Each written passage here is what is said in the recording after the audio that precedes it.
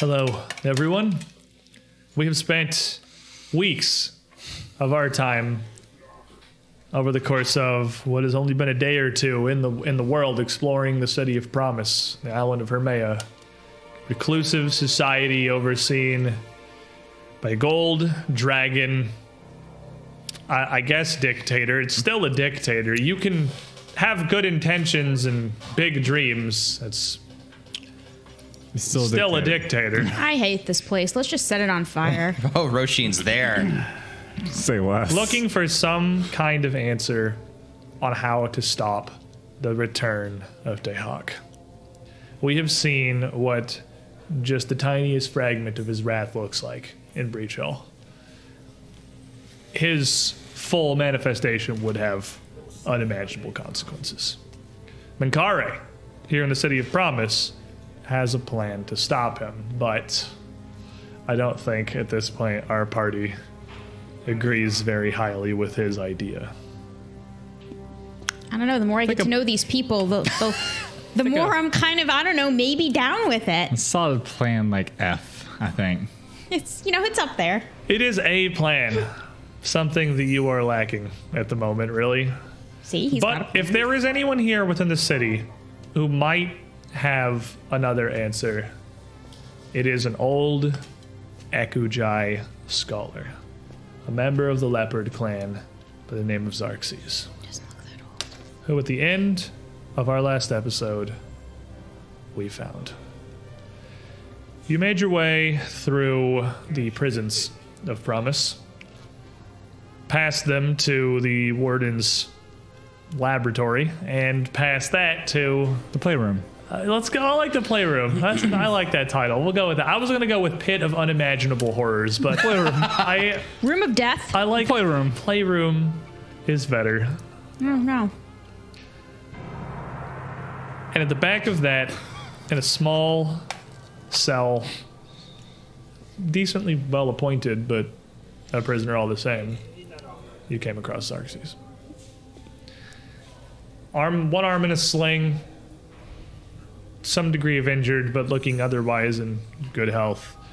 He does look notably a bit more malnourished, perhaps a bit thinner than the rest of the prisoners throughout the main cells up front.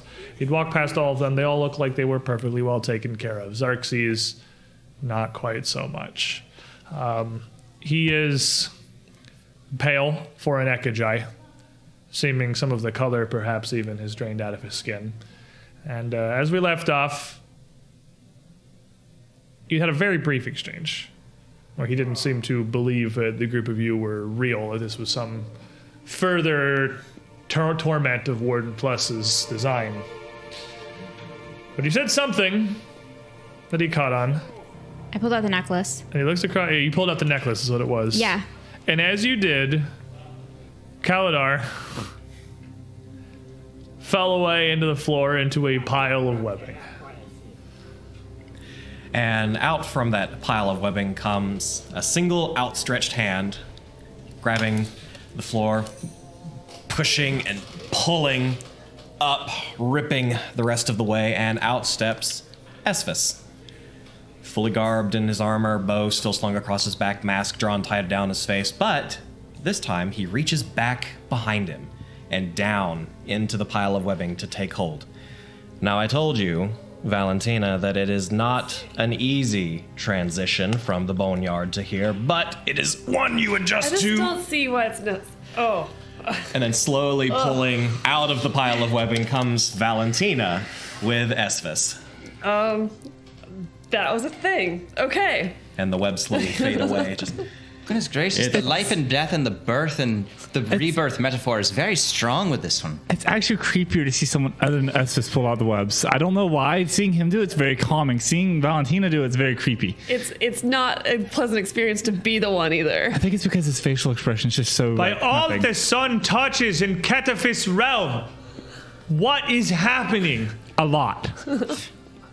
Right. Most- Believe it or not, that actually had nothing to do with why we were here. That just happens sometimes. Where are your saviors? Right, we're busting you out. It's a jailbreak. You said a name. Nikita, Yeah. what is that? How do you know of it? Nikita, she's one of my good friends from the Ekujai tribe. She gave me this as a symbol of friendship because we kind of saved your people from destruction. From the Cinder Claws. She did. I was there. Yeah, he was there. My people are wardens. Wardens of the woods. They do not take kindly to outsiders. They would speak with none of you. Oh, she'll start going on in Mwangi.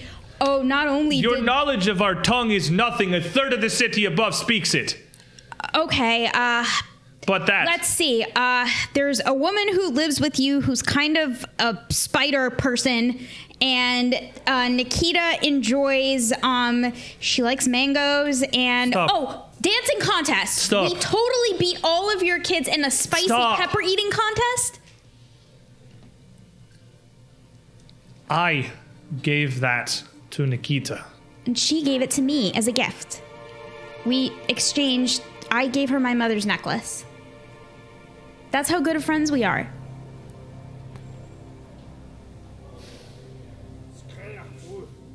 We did stand before the twin leopards as well. Yeah, they're weird. If this all is some design of the wardens, He's not that I've creative. And he's no also very dead. ken of how he could possess this knowledge, of how he could possess that, even a facsimile of it. This You are true.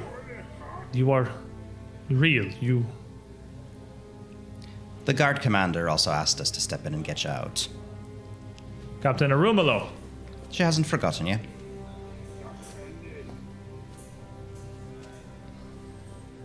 It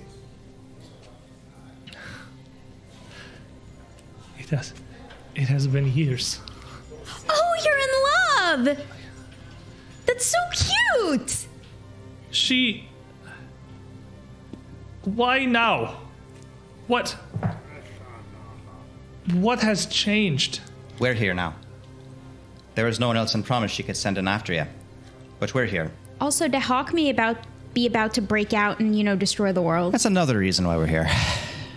Age of Ashes and all that. It's That much. not a pleasant scenery. That much I know. All right.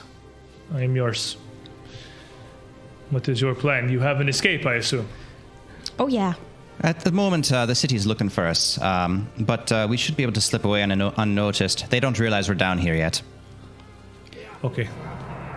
I will follow your lead.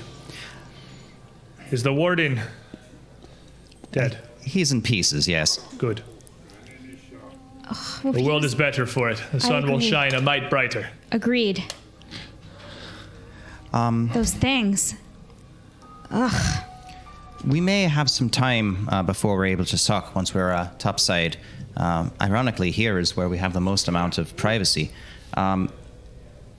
Perhaps you can enlighten us as to what you know about Dehak, about what to do about it.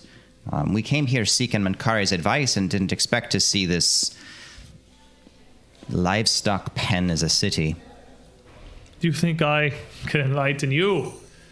I have been in this room, seeing little but its walls for 10 years, maybe. But you've known a great deal about Dehak for longer than that. We saw your research. We got If you knew partway enough through to it. find me, I don't know what I could tell you you don't already know, but I am more than willing to share. Tell us about the seal. The seal. The seal on Dehak that allowed your people to imprison him. There is no seal. The only thing that keeps whatever fragment of Dehak manifested in our jungle centuries ago, trapped within the Ayudara, is his own power, his own size, and his unwillingness to let go of it. The Ayudara, the portals themselves, they are, well, as Alseta would say, they are just doors. And just like you must fit through that frame, an elephant could not. Just as you may walk through the gateways of Alcetta's ring, Dehak may not. Not quickly and not easily. Not without destabilizing the entire realm he resides in. Fragmenting entirely. So he doesn't want to shrink himself? It's not just size, is it? It's power. Deities are not one physical form. In fact, they may have none at all. Dehak is...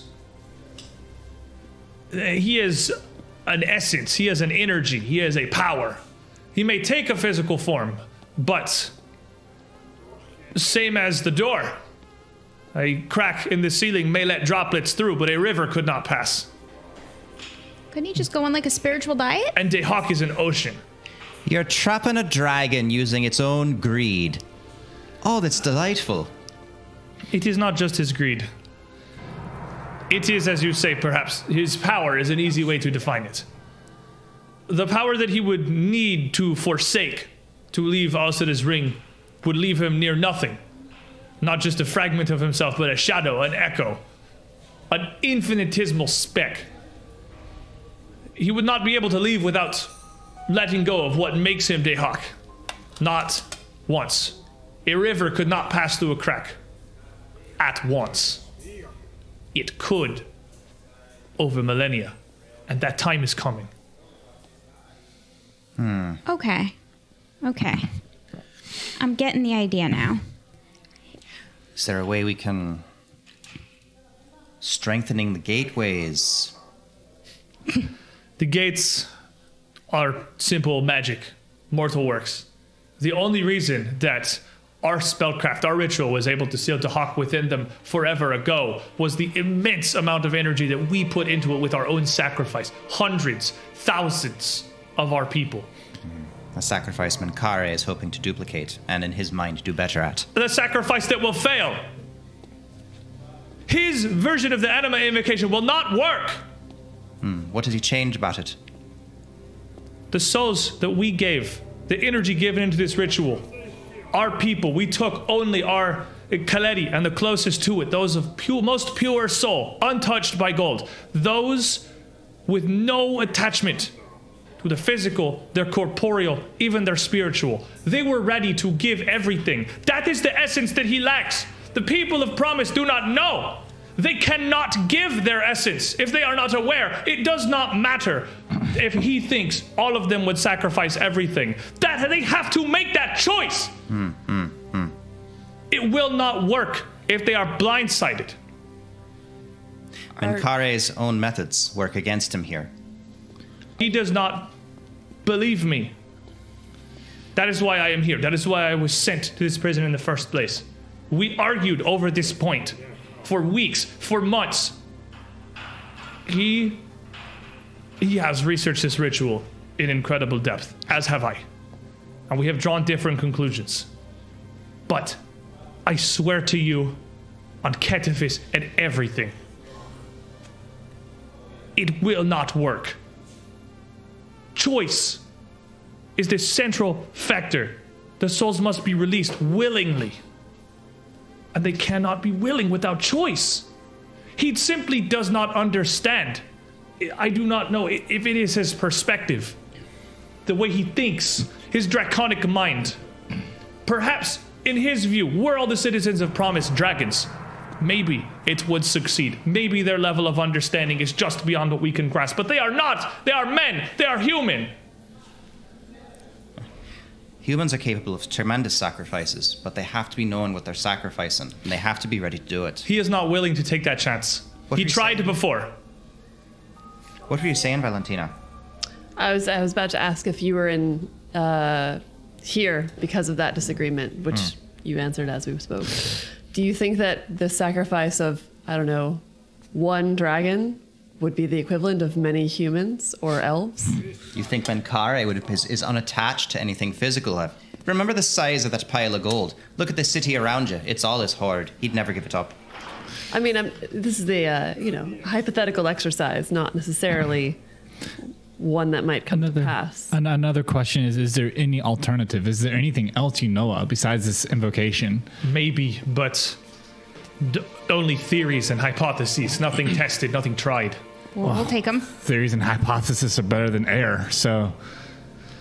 And better than the animus. For all the research I saw in the invocation you guys did, it's all awful. Horrible. There's no way people nowadays... I do not know the situation on the surface. I do not know from what you have come. I do not know if the city burns. But I have tried to make Menkari see reason. He is wise beyond mortal ken. Truly he is. He just cannot understand how mortal minds function, how mortal morality flows. He just cannot grasp it. I have studied dragons. It is part of his essence. It is part of his nature. Goldscale are beings of purified, well, for lack of a better explanation, the connection to the plane of Axis. They are beings of law and of good. They cannot sway. The fact that there would be this choice, that there could be this lack of clarity, it is foreign to him. There is nothing that can make him understand. But I cannot even convince him that sacrificing the city of his people that he has built would be an abominable and unforgivable sin. His response to that was to lock me here. He may be beyond redemption, but he may not. Before we turn to anything else, have you met with him? Have you spoken with him? He's been out of town for a few days. It's one of the reasons we've been able to move so freely here. But he'll be coming back tomorrow, I believe. He rarely leaves, promise. He said his itinerary said he was going to Axis, whatever that means. Or his secretary, I suppose. Plane of law.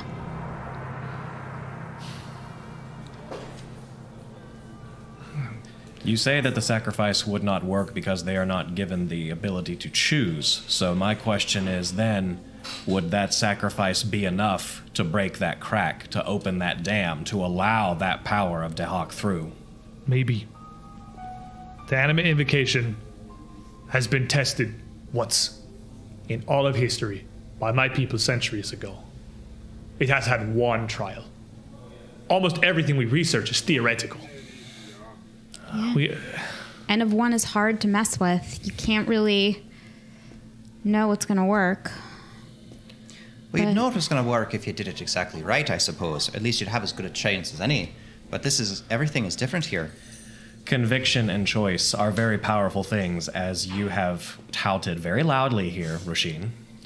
Look, perhaps it will help if I maybe explain more plainly how the invocation works.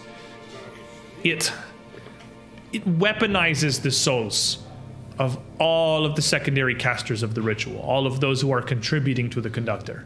It turns that energy into a blast, almost an evocation, like a bolt of lightning, capable of driving back or outright slaying even the most powerful of beings. It requires mass sacrifice, and as I said, it has only been tested once. But it is not impossible that power could be directed a different way. It is not something Menkari was willing to investigate. A different way? How so? I have spent much of my life studying the anime invocation, especially the years I spent in Promise before I was banished down here. I believe I have discovered a way it may be used to draw upon the power of the soul, this very spiritual essence, in a different way. We use the ritual to banish Dehak into this plane, this sub-plane, this space between spaces in Alcenta's ring, correct? Mm-hmm. That could be done again, but rather than sacrificing a person and using their soul as a weapon, as a sword, the ritual could, in theory, augment the souls that were used to an extent that their living bodies could become attuned to the space to which they were banished. They could become bolstered. They could become linked to it, near intrinsically. You've lost me. It will be glass to the sun instead of wood for the fire. Interesting. I don't understand it at all Do you either. have it written down in the book? Do you have any of those theories posted, or is this all in your head? So we're gonna have to we have a lot of transcribing to do. If it's written down, do not give it to him. If it's written down, give it to me. Dehawk's urgency would not allow Minkari's mind to focus on anything other than the direct proven application of the anima invocation. He would not allow any deviation. That which he found, he destroyed. Well, Found he destroyed. Love. But if Dehawk is a river coursing through a crack, only what has dribbled through is his current form. He is demanifested. He is scattered. His power is not whole. The power that is in Alcida's ring is not Dehawk. It is the merest fragment of his energy, that which leaked through before. But if it were interrupted,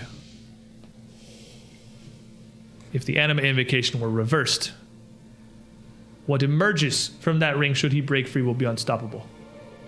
What is scattered inside may not be. That is my fear. That is why I asked if the sacrifice of these souls that are unwilling, if that power could be redirected to allow the crack to become the full break of the dam. No, it would absolutely destroy everything. Certainly the bits and pieces that have trickled out so far have proven quite troublesome. What if we break the ring around him? Destroy Alcida's ring. Yeah. No doorway. The stone that stands is simply a focus, like a rune in a blade. The magic still exists. I will do nothing to the planes that it connected to. His energies, they seem to almost seep out of the air. But the gates do seem to, I guess, channel the focus. Would it perhaps diffuse his energy more? I don't know. I have not thought on this in many years. Truth be told, just to keep my mind, much of my time in here has been simply spent meditating, focusing on the will of Ketavis and the way of the hunter. I feel as if it was lifetimes ago I was putting my study into this. I could organize my thoughts, I could prepare some of this, but it would take some time. We'll have to get you out and get you somewhere safe then, I suppose. Can you take me to Anisra? She will keep me safe. If she sent you, you said. She did. She will shelter me. Especially if Menkare is not even here at the moment. You cannot allow him to start the endeavor. It will fail. And it is already connected to every man and woman of promise. Every citizen of a city here is already intrinsically linked to the anima invocation. The oath of citizenship? Exactly. It is his bind. He's trying to power a sacrificial ritual via fine print.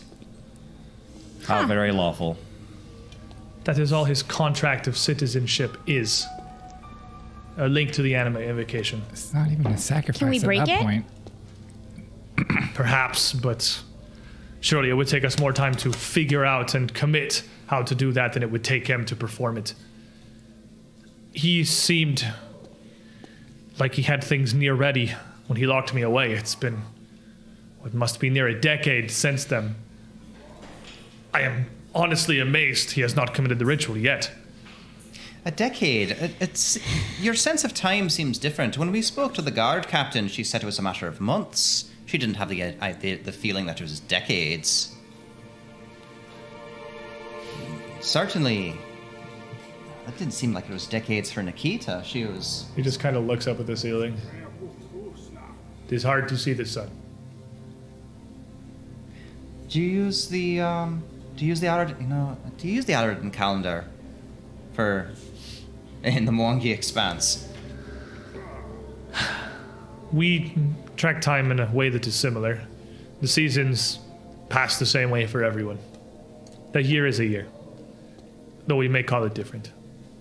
Well, let's get you out, and perhaps we can reconcile our calendar differences once we're up in the sunlight again.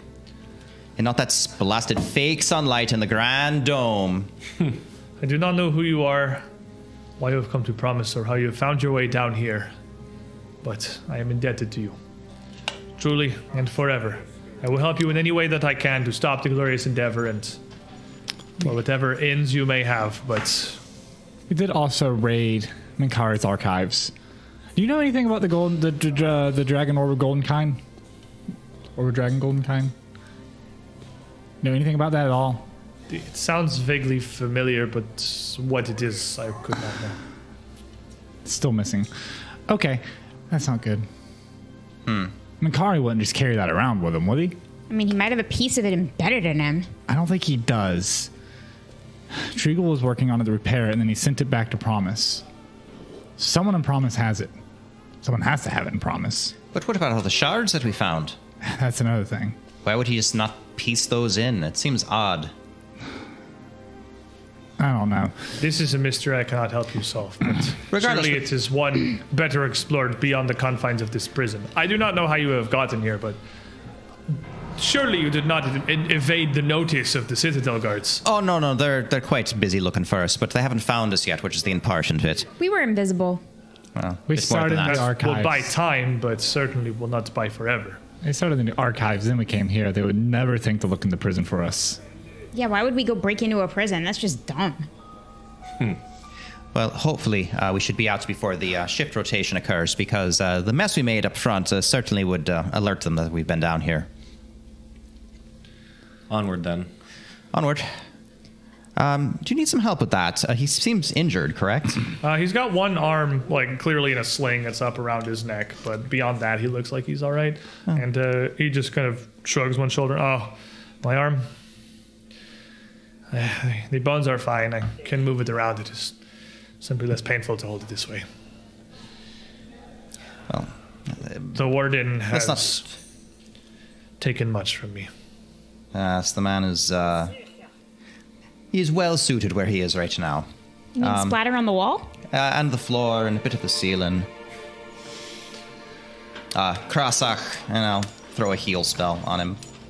Okay, and that'll... Like, he'll feel that, move his arm out a little bit. That does much to the pain. I still... Can we use the staff?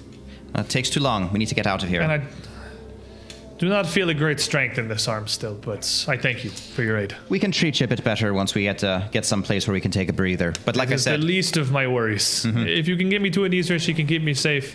They have an infirmary. I am sure they can handle things. Please, lead on. If we can find you some strength of arms, maybe we can give him some arms of strength. Are we going quiet? It'd be for the best. We've been loud enough down here. Thankfully, this grand idea of architecture, placing the prison literally hundreds of yards beneath the surface of the floor, has made it very quiet down here. None of this noise has risen up to the surface, so we're actually doing pretty good. Yeah. We're across. Wait a minute. Library. You fell out in the library. I remember. We're on the other side of the quad from that. Kaladar explained everything when I crossed over. Oh, that's right. You two talked to each other. Is it just like a passing? Like you shout at each other as you're passing, or do you actually have a bit to convene and debrief? How does that work? I'll explain it to you one day. Is there a restaurant in the boneyard? I don't like the way you said that. And no. I know we're a bit late to the game. Are there other prisoners in this prison? Oh, a number of them, but none of them want to leave. Except for one. the young wolf. We have to get her out of here. Okay. We actually found one of the... there might be some cracks shown in Promise's insanity here. We actually have one of the young ones who didn't make the cut. She wants to come away with us. We're going to sneak her out as well. So Their indoctrination runs deep, to be sure. the plan is to just walk out? Yeah, pretty much. Okay. You did hand me that scroll before we came in here, right? I did, yes. It might be a good idea to use it. Yes. Cool. I'm going to hand it the resume. It's a scroll of Veil. Oh, okay. I mean, I have that. That's But okay. That's a scroll. Just in case we had it. Why waste money? As the group of you make your way out back through the playpen Playpen. and through the warden's laboratory out into that first hall, Anastasia is out waiting at the corner down at the end of the hall, and she turns and sees the group of you, and then sees Xerxes and almost kind of like double takes him for a moment. You, Political prisoner, we told you. another elf? Another elf? What happened to... We're just multiplying like rabbits. What happened to your other elven friend? That's a long story. Yes, that's a long story. I didn't know there was a further section of the prison with 3 of them. You're telling me they didn't give you a tour before they brought you down here? But Oh, we're not prisoners. We came here by other means. It's very confusing. It's okay. We haven't been here the whole time. That elf, though, was a prisoner. I don't understand, but I'm starting to think that there's quite a lot that I don't understand. It's pretty much for the best right now. That's pretty much how the that- world works. What you were looking for, then? This gentleman right here. Yes. Xerxes kind of nuts. Name's Xerxes, Warden of the Ekojai, Leopard Clan. Serving in the name of Ketifis here in the City of Promise. And she just kind of looks up at him.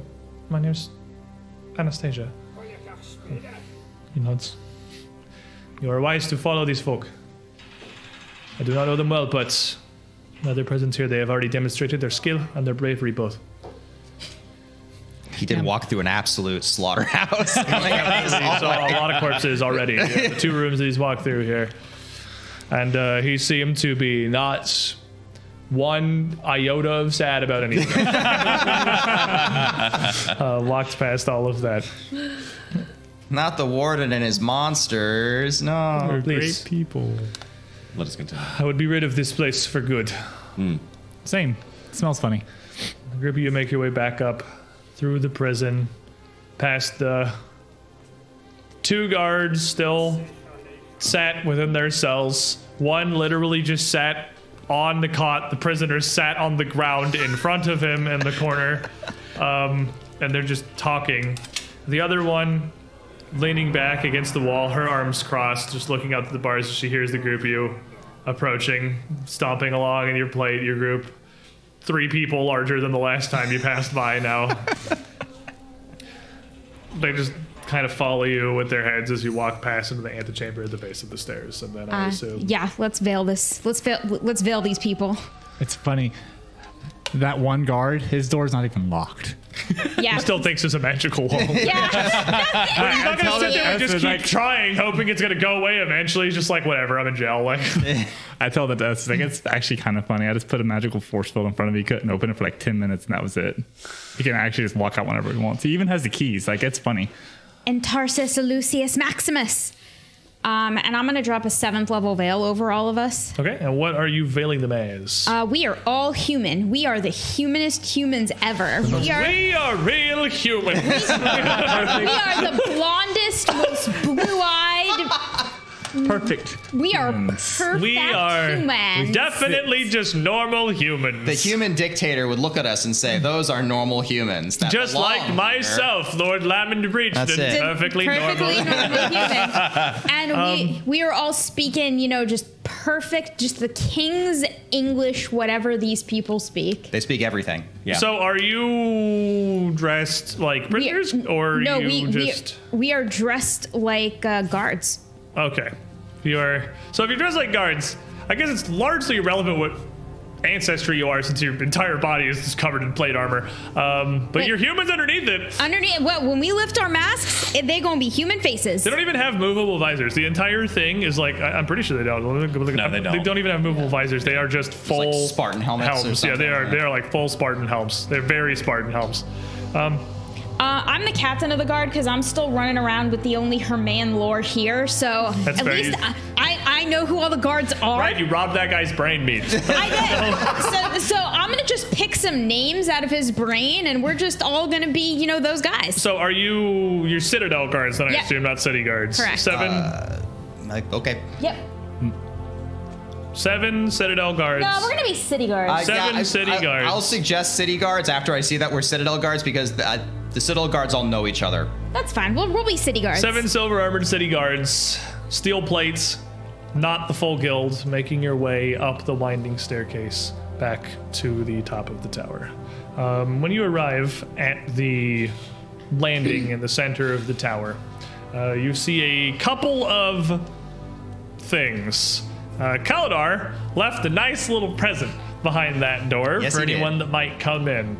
He likes to do that sometimes. We like to leave little snacks for our friends to find later. Except instead of a snack, it's a whole bunch of rocks. And as you come up, there are medium-sized boulders just sort of scattered across the ground behind the doorway. Anything under them? There is not anything under them, but there would be a figure sort of just leaned back against the door, arms down at his sides, with a black eye and a big gash across his forehead, looking positively unhappy with his day so far. But he is not wearing guard's armor. You would, in fact, all recognize this man. His slightly pointed ears, slightly more angular elven features. This was Emiliza's bodyguard that had been with him when she had come down into Minkare's lair and met with you the first time. Oof. He's leaned back against the wall and he sees the group of you come up. That's what you went with? Oh, sir, you're hurt. Please, come with us. We'll go and patch up to the infirmary. What are you doing here? Leaving. That would have been wise hours ago, after you'd made your way out of the archives with an admittedly serviceable diversion, whatever magic you'd cast. Why are you here? We're leaving. We don't have time to debrief here. We have to get out. You have a moment. If they haven't come down for you yet, that's because they don't know that you're in here. Which is a perfect reason to leave. But go on, what do you need? I have no reason to investigate until the guard shift changes. You would have to be absolutely insane to break away from the Citadel archives to make your way across the entirety of the Golden Palace and back into the very prison they seek to throw you. See, I told you it was gonna be genius. Crazy as a fox. You would have to have absolutely lost every last bit of your minds. And break. who would suspect us of it? And he looks at Xerxes. Citadel guard. He looks at Xerxes. Anastasia. I guess he looks at... You're all human, so he looks just kind of, I guess, across the group. You've got your helmets on. There are more of you than you should be. I assume you were after someone. Who and why? Well, we were after, So what's the problem with trying to go and break out some malcontents while we're here? Because, if you had forgotten, my lady the head counselor had given you a very important and very time-sensitive mission. Things are moving very quickly. Gears are turning and they cannot be stopped, not just in the City of Promise, but in the depths of the Eye of Dara. You know things are stirring and you know a darkness looms. You know that we have to do something about it. I can't imagine why you could have found yourselves in the in the prisons of Promise seeking something. Who led you here? Well, stop! Well, put it out of your mind then. How about that? You Minkari led us here. We're not your soldiers. We don't report to you. Listen, Minkari wants to do a ritual, sacrifice everyone in the City of Promise, and the person who head foremost researched ritual was in the prison, so we got him, got his opinion, and it's not going to work. So that's why Head Counselor Treagle sent you to find the orb, and whatever shards Minkari had hoarded in the archives. Well, we couldn't find the orb. The orb's not in the archive. He puts his hands up.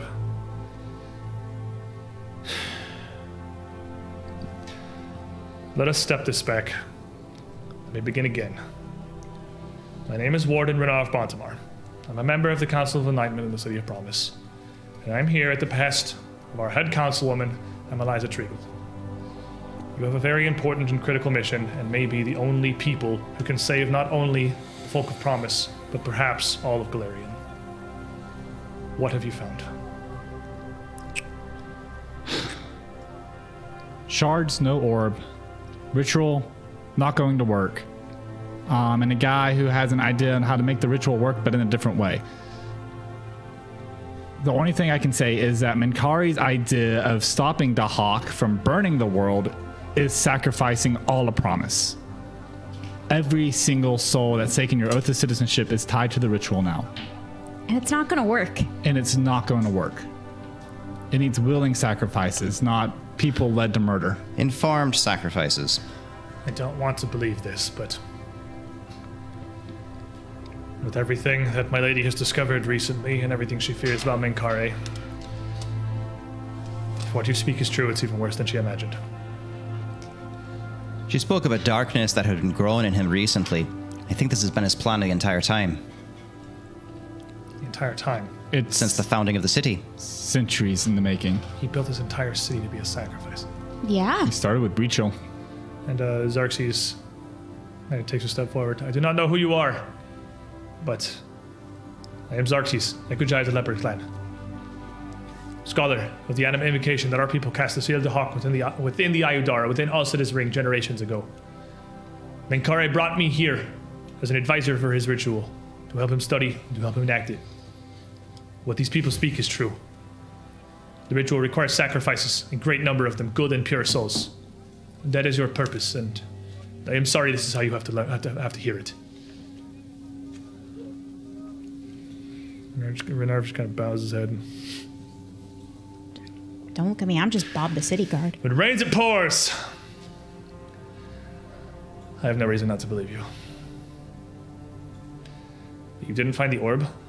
This isn't part of Menkare's plan. This isn't something he focuses on. You said it was what you had found that had been sent to promise. If he doesn't have it, then who does? We're not really sure at this point. You know, It's an excellent question because the orb seems to have been... Emiliza's brother was very keen on acquiring the orb and putting it back together. He likely was working with his sister, who probably believed the reason for it and possibly set him on the task to begin with. But it doesn't seem to be part of Menkare's plan at all, actually. Then whose plan is it a part of? Who has use for it? What do they see to do with it? Trigal was conspiring with someone here in the city to use the orb to control Menkari. Besides that, I think they're just going to use him to straight up fight the Hawk. The plan really didn't sound that good. I have all the notes, but... My lady has confided in me and me alone within the walls of promise with her fears about Menkara having lost the path, the plans he may have, the darkness that she sees within him. There is nobody else in the city of promise who knows about this. Well, her brother certainly did. He certainly wasn't in the city, though. And he worked If he knows, tirelessly. I imagine it's probably because she told him, but... Does this guy seem like he's on the level, or does he seem like maybe he's bullshitting us? Maybe a perception check. He seems a little too smooth. I just trust everyone. Rat's a very trusting little rat.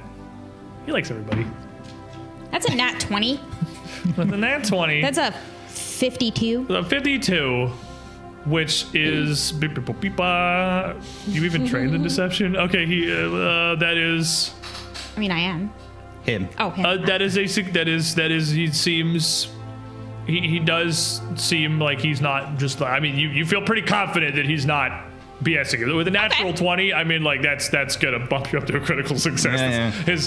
His deception DC is not 53 or higher. That's gonna give you a critical success. You are confident that everything that Botsmar is speaking is true. He is... Okay. He is not here to deceive you. Like... Sorry, we just been screwed around a lot with? That's fair. You have dealt with a lot of people who suck today. But, like, Trigal and he met with you out of desperation to try to find something, and Sir Bontamar here 100% is being open with you. You get no sense that he is trying to delude you, that he is trying to lie to you. Okay. He is sincere. Perhaps you are being on the council and all of that. Maybe you might know about the means at which Etrix Trigal communicated with his agents back here. Any of his communication going to anyone in particular through any offices? As the arm of the Scarlet Triad, he was in direct contact with Menkare. He was the force of recruitment for the City of Promise. But his mail didn't go directly to the dragon. Certainly there was an office or something. His mail, so much as it was direct contact. Many of the times Menkare saw fit to leave Promise was to meet with Etrix directly. He has not done that much in recent years, if at all. But when they did send missives, they were delivered into Promise, and it was usually couriers that were given visitors' pins and allowed to arrive to deliver their messages directly to Lord Menkare himself. Well, Emiliza trusted you. Who do you trust? Do you confide in anyone? Just a lady. Honestly, I don't know how deep this corruption runs, and I'll admit I've never had much of a great nose for sniffing it out. I'm the Warden Marshal of Promise. I oversee the city's physical training. I ensure that not just our soldiers, but that our men, our women, even those growing to take their test of citizenship, are fit and ready. Rigors of life are physical as well as mental. Never had much of a head for politics and backroom games. No Same. one talks to each other in this blasted city. He's actually Which- really kind of sweet and on the level. By the way, it's good news for you. Everything that's happened here has happened here. The Citadel Guard, they do not answer to City Captain Rumelo, another one of the members of the Council of Enlightenment. She oversees the City Guard. The Citadel Guard answer only to Mankara himself and directly. Which means that everything that has happened here will not disseminate further out into the city. Citadel Guards will not report this to the City Guards. They will not take this to City Captain Rumelo. Wouldn't want to look incompetent now, would you? And with Mankare absent, I believe they will simply wait for the report when he returns. This is going to work out great. That is super convenient. From what my lady told me, you have one hanging concern. Grigorovic? Oh, he's dead. What? She told me Oh, you mean that he that left in guy. a fugue, a state of confusion. Oh, you... That guy. Oh. Sorry, I thought we were talking about the torture. I was It's like, goodness That gracious, I thing. didn't like the man, but I was saying, goodness gracious. I kind of took his memories from the day. Oh, is that what happened? Yeah, they're gone. They're erased. He has no memory of the day. Does he remember you at all? Does he know he was assigned to you? Almost assuredly. I took that away and said he was assigned to a different group. The memory might have came back. I don't know how strong the magics are. The only concern I can see you having out in the city is the disconnect between him and his superiors when he reports back to them.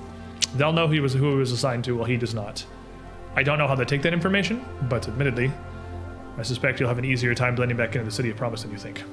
There was our names in a ledger. Perhaps if they could be altered, but regardless, I mean, as long as we stay under wraps, the city is large and not very heavily populated. We shouldn't have an issue. It is staying a away. city without the woes of the outside world. Yes, I've heard it all before. I may have taken his knowledge of the city also. Like, everything he knows about the city. What I mean to say to you is those he reports to and those he interacts with very likely will assume this is some clerical error, some confusion, some misstep on their part. Their minds are unlikely to jump to the level of subterfuge and magic that you have committed. And those who have seen us are too low level to look into it and wouldn't dare question their superiors. They could simply assume that we left. You have the power to get out of this prison for whatever it is that you seek. I'll ask you one more time. Head Councilwoman Triegel and I. You know, we've told you everything. You know what is at stake here. Let us help you. Who is this Xerxes that you came for, and who sent you after him? No. No? No. We'll keep this separate. We're playing it close. There's too many unknowns here. You're up on a level. Resume speaks for you. I believe you. But until we know where that orb went, where it got to, where Triegel's connection is and all of this, Etrix, that is, it's too risky. It's not that we don't trust you, it's that Mankare is tied to you and you're tied to him in this island in a way that we don't really understand. If not your- Mankare was aware of what I already know, he would have found me down in those prisons as well. He'd have to carve a brand new cell for you, although it seems they're in good habits of it.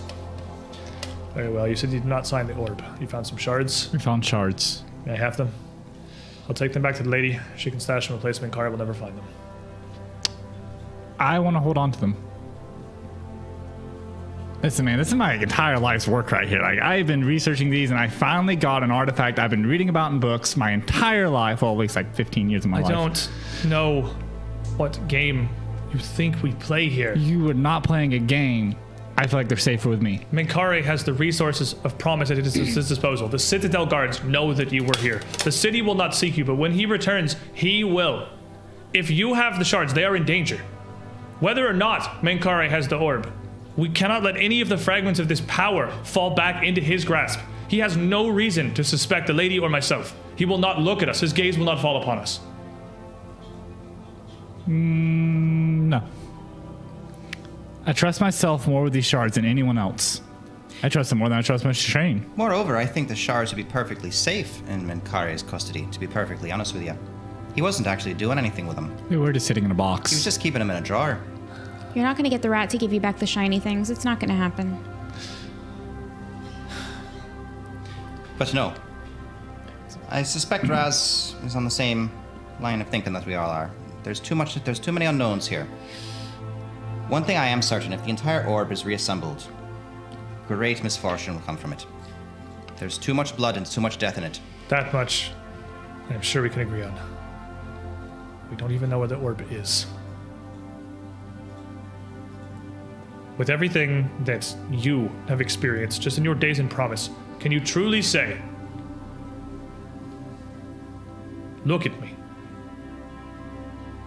I don't know who else you are working with, who sent you here, but do you truly believe that those shards are less likely to be reunited with the owner or the holder of the orb, or whatever machinations they have in your pocket, Yes. than in ours?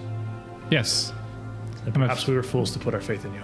Would it be Very fast worth runner. considering not keeping all of the shards in one place? There are many of us. She speaks wisdom. How many shards did you find? If we surrender even one shard that does not make it back to Menkari, it's a sign of good faith for someone who may be trying to help us. But I don't know about this orb. I could be very wrong. Can one shard do that much damage if it falls into the wrong hands? I agree. From what we've been able to see, one shard can cause mischief, but certainly not on the scale of the entire thing. I agree with Valentina. These are people that are willing to go out of their way to give us information, to allow us access, to cover for us, to do multiple distractions, and then to also continue to cover for us as we find a way out. And the way that we repay their thanks is saying no. Raz, can we convince you to give away one piece of the shiny thing? That's fair. I mean, How I many shards have. did Menkari have in his possession? I didn't count them, but it was a number. I mean, I have one of them. Take it from you. This was the one that was embedded in, well, a friend of mine. And there is another in the guardian of the library. That's true, there was. Oh, yeah. You have that? Did I get... No, I put it in this Sorry, I put it in this pocket. After all the fearful words I've heard the lady speak about this orb and its shards and the incredible power contained within them, I don't know, I expected something greater. Don't try to disintegrate them. I won't. We aren't foolish enough to attempt to destroy them. Who would be so foolish as to try that? Shut up. Plate armor. Why do I keep forgetting that you have that? That's why I I will see keep these- wearing it. I will see these to safety. Good. Take them to the lady and they won't fall into Menkari or anybody else's hands. And I sir, I wish you could trust me with more of whatever it is you're doing in the city, but you know that you have our support if you need calling us. I want to apologize to you as well. This place is... Goodness gracious, it leaves a sour taste in my mouth. You have arrived in our darkest time. He's a The only really shadow in fellow. Promise's history that I've experienced, but if what you speak is true, perhaps that's just because I haven't been looking. Through no fault of your own. I don't know what to believe, truly, but if you have these shards, at least Menkari doesn't. And I'd be interested to know what happens to these shards after they are put into safekeeping, you might say. I imagine they're going to be sealed away. Not just outside the reach of the people of Promise, but outside of this plane, even. Somewhere no one's going to get to them. Somewhere Menkari won't find them. Somewhere nobody that knew already where to look would be able to have access. Sounds like a fine story, but I've heard an awful lot of them in the city. It didn't Keep stop, your eyes open, maybe. It didn't stop Trigal from finding me in the first place. Scattered once, come back together. While it may not be much, please do accept the 2 shards that we have given as a token of some trust, and we No. do value the sacrifice you're already making. Please do not misconstrue that. I get ahead of myself. I, again, spent a life honing and preparing regiments for physical training and perfection, and many have accused me of forgoing the mental and the emotional at that. I apologize. I do not mean to insult you. This weighs heavily upon all of us. Tensions are high, and it's not just the betrayal of what feels like every ideal I've dedicated my life to, as well as Lord Menkari himself. But, you know, it's only the end of the world, right? Hey, at least all of your friends aren't dead. She's got a point. I came back. You're half dead. Very well. Just to rewind a moment, I don't need to know where the shards are going necessarily, but are you indicating that Emeliza has the ability to access other planes? The lady is a very potent sorceress. It is certainly worth knowing what our allies are capable of, in case we need to draw on that skill later. I stole the book with all the spells in it. If we need to go someplace, I can get us there. She gave it to you. I know, but it kind of feels better when you say you stole it, because, No. it tastes better when you steal. Not when you're feels right in front of the man that works for her. He was there when she gave him to us. I know, but I took all the other I'm books. sorry. Back on track. Thank you. I thought myself a very potent study of magic. I had an interest in it. I have focused much of my mind to it. I'm capable as well of casting some of the most potent of magics, but most of mine are geared more of a martial sense. If it those comes three to it and bugbear Mankari comes looking, and we need to defend the city of promise against this sacrifice, we might be calling on you.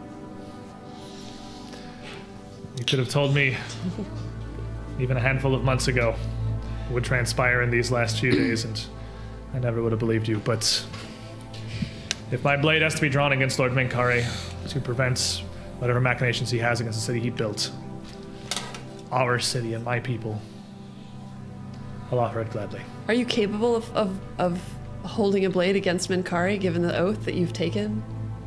We'll find out. Yeah, that's my worry. No, I think Mankari wouldn't have ever thought that it would be possible. I bet she can. The lady has been working for some weeks to attempt to find a way to undermine the contract of citizenship. Not much progress has been made, but not none either. That's interesting. I can't enter the prison below without a proper invitation, nor can I walk into the archives, but who knows what limits can be broken. I haven't tried, after all. If you wish, I can walk with you out of the Golden Citadel. Sure. Perhaps a huge complement of city guards following a counselor of the Council of Enlightenment would raise less questions than you walking alone. Where is it that you're headed? Where do we come in? West entrance? I'm just. Yes. That'll work. Yeah. Back towards the Beggar's Quarter. I'll get you out of the Citadel at least, and then I suppose you can handle things on your own. Perfect. I know what that guy's house is. I apologize for my bluntness and my candor, but And apologize for our suspicion. I suspect both will become useful in the coming Xerxes days. steps forward. I would prefer it if we would return to... Elbow in the ribs. What? Elbow in the ribs. Come along, Xerxes. We'll get you out of here. She has a thing about men talking for her. And Renarf would sort of look at you and look at Xerxes and then turn and open the door. Oh! This, he motions to the boulders upon the ground. I couldn't stop him. I tried. I talked him out of one of them. You can't stop I him. didn't even see him do it. He drops them like breadcrumbs, I tell you. I didn't see him do it either. I watched him. I didn't see him do it. Oh, Krasach, and I'm gonna heal him. And he turns away. You see the color coming back into his eye and the gash across closing as he just sort of motions for you to follow him. I could do that myself. I could have done that at any time. But it's the least you owe me. And he leads the group of you out from the northeastern quarter, from the guards' quarters, immediately into a room with a half dozen Citadel guards sat around tables, helmets sat on the table next to them, eating their afternoon meals. Rotations seem to have continued. You have been down the prison for some time. And as you arrive, they all kind of look. Even there's some visible confusion on the faces. And Bontamar just sort of nods and then looks forward and keeps walking. No further acknowledgement of that, and none of them stand to attempt to stop a member of the Council of Enlightenment. The confusion does not seem to outweigh whatever this is, as he leads the group of you without any further resistance out the western gate of the Golden Citadel and onto the raised walkways of the City of Promise. It is there that finally, with the raised hand and a nod, Bontamar turns and heads back into the Citadel, leaving the group of you once more outside in the city alone, still in your veiled disguise as a pack of guards. Where are you headed? To that gatehouse where the guard captain took us, right? Exactly, yes. His girlfriend. I apologize. I find myself in similar spirits to Sir Baltimore here. I am not used to these. Cloak and dagger, revolutionary activities. Truth be told, I cannot even immediately think of a proper way to face it in Taldane. And I thought myself a master of this tongue by now. Speaks Idioms well. escape me. But let us be on our way. Not all of them. And what to do about our young wolf here? Who, Charles? No, Miss Anastasia. Yeah, I know. Her name is Charles now. Ah, yes, of course. She just kind of turns. I thought you said you had a ship. You had a way out of the city. We do have a way out of the city. Shall Yeah, we we're take it gonna- that way? We're gonna take her home. I suppose this Xerxes seems worse off than me, and I don't know from what depths you've pulled him. My need is not urgent, I suppose. I just We'll keep you under rubber. We'll keep you under wraps for now. We'll smuggle you out when we get out. You're going to make an excellent student. promise didn't think so. Well, Promise didn't have the greatest teacher. I'm a great teacher. it's true. Raz is going to get you back. You're going to be a professor in no time. Teaching Buddy how to read, which is a task, by the way. He doesn't know his first letter. Barely can spell his name. I imagine you'd have taught Kaladar how to read if you could pin him down enough times. Kaladar's slippery. He disappears on me. The group of you have this conversation as you walk along these raised accelerator walkways to the City of Promise, down into that northern gatehouse. Returning back to where you had met with Guard Captain Rumelo before you had headed back to the Beggar's Quarter and headed in today. Knocking on the door, you would be greeted by a guard who would immediately become apparent as the same lieutenant that you had met previously. She quickly invites you back inside. Miss Lenaya Discor invites you back inside. Sort of curiously looking at the number of you that there are. Well, I see you found more prisoners than expected, at least by one, on my count. And Xerxes kind of stops right inside the door and turns, cocks his head a little bit. Lenaya! And she just closes her eyes, this big smile comes across her face. Well, Captain Rumelo is going to be very pleased. I'll fetch her. Make yourselves at home, I suppose. We're going to have to get you, I'll dismiss the veil once we're inside. All right, you're going to have to tweak appearances. I'm just gonna start. This man... Spent in jail for months or years. This man needs a makeover stat if his needs lady friend is food. going to be happy. So you have some time to use the powers that be to work Xerxes here and attempt to make him a degree of presentable.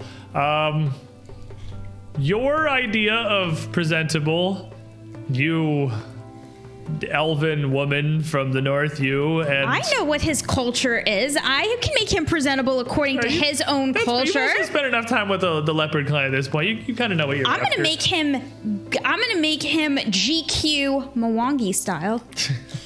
Hopefully hide his malnourishment a little the bit. talk of the leopard clan. Yeah. Yes, yes. You fix him up good. And about 12 minutes later, I'm leaving door- at 10, so this works out. the door opens again as you see Lieutenant Discord open it, and you see Captain Rumelo in the door frame. And she looks into the room. Immediately, as soon as she notices Xerxes standing there, he stands up, his arms wide. I'm home! Get out of the way. And she freezes. Just like wide-eyed, looking at him. And then runs into the room. Slamming into this man, near tackling him to the ground. Whoa, whoa, whoa, it has been some time, please. Throwing her arms around him, her head down. He puts his arms around her as well and kind of leans down. kisses the side of her neck. And just, they sit there for a moment, The music. embracing.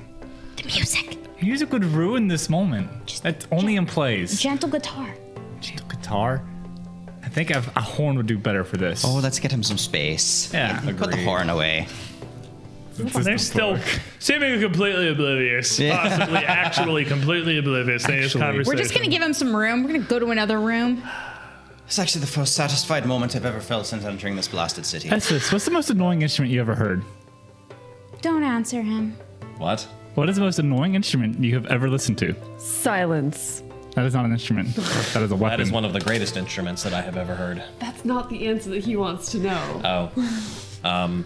Silence. I feel like I'm being lied to, but I trust you. Xerxes picks his head up. Well, I do not know who your mercenaries that you have met here are or where you found them, but they're quite skilled. I'm sorry, and she just says, shut up. Head still buried. He just kind of looks at you and sort of shrugs. Sit down. By the way. Bagpipes? Yes. Oh, I went through that one already. Pull out a just like a loaf of bread out of the bag and just start munching it. Your literal peanut gallery just eating. I don't really know what else to do. Resume's gonna sit there and kind of look at them, kind of move. Resume, this is Resume's end game. Yeah. Resume won the campaign. She did. One of her matchmaking, I mean, it doesn't really count, but she got the thing she's been trying to get for literally all of Age of Ashes. She brought two people together, and this happened. Congratulations. It took you 19 levels, but you won. You did. Truly the hardest challenge you've faced in this campaign. She's slain more dragons than she's actually got people together. Dude, slaying dragons is just easy. This is like next level hard. And she doesn't pick her head up, but still kind of there. So you want an annoying instrument, huh? Or an instrument that's unique and weird. So first make a fiddle. Fiddle. All right, it's a fiddle. I'm Right? sorry. And just turn that knob that way. Okay. Now it's out of tune. Oh, I never forgot about you, but and he just puts a hand on the back of her head. No. We were about to apologize, but I am finally back here. This is the last thing that I want to hear. But I could have done something. No, listen. Here's what you're going to say. I am glad that you are back. That's actually a very apt thing to say. Oh, what's a man? I'm glad that Tune you're the back. fiddle. Beautiful. Tune the fiddle. I've actually never played a fiddle before. Do you know how to actually? It goes like this is gonna be that learning. Resume, take your bless back. I didn't even know I lost it. Kaladar in the chat. Oh, do you still have it? Well, no, I think you swapped it a couple times. I'm pretty sure I got. Did I? No, I see it. He did it both. He baned you. He said, Link doesn't have the happened. points. Kaladar baned you. And he's like, oh, for the matchmaker. And gave me the bless back. Okay. You're good. Okay. Good. All right. It's fine. I Do you need me to walk you through some scales? I played it as a kid. Oh yeah. have spent a lot of my time these last, however long it has been, meditating, centering myself, trying not to lose myself. Thinking of this moment and the day it would finally come. It's everything I hoped it would be. And the guard captain, Inizra, picks her head up and just looks over the group of you. I'm sorry. Right. Thank you. It's good to see a moment of actual, genuine joy and compassion in this place. You're really. Do you need a minute? Because it's okay. Because I may need a minute. Because that was really beautiful. I think I have taken my minute. Thank you. I am glad that he is alive and well, and that you were able to escape him. You were able to infiltrate you. I don't want to know the details of what had to happen, but Maybe for the best. You really don't want to know the details. Probably for the gross. best, yeah. A lot for the best. tell me then, where do we stand? Well, first off, I suppose, this here is young Miss Anastasia, who couldn't quite pass her exams and was thrown in jail for it. We're going to be smuggling her out of the And city. she immediately bows down very deeply. Captain Rumelo, it's an honor. As she said, I'm Anastasia. They found me down below. I had just been interred a few days ago. I apologize. I mean no ill against promise and its laws and its ways. I just... she raises her hand. If it hasn't been made abundantly clear yet, I'm the one who sent them down there. So you need make no apologies or peace with me. We'll be taking her with us when we leave, and in the meantime, if you could find a space for her to keep her head low while we finish up business here. I can keep her sheltered here. That should be no problem. That's good. I think that is the least I can do to help you after everything that you have done to help me. I just...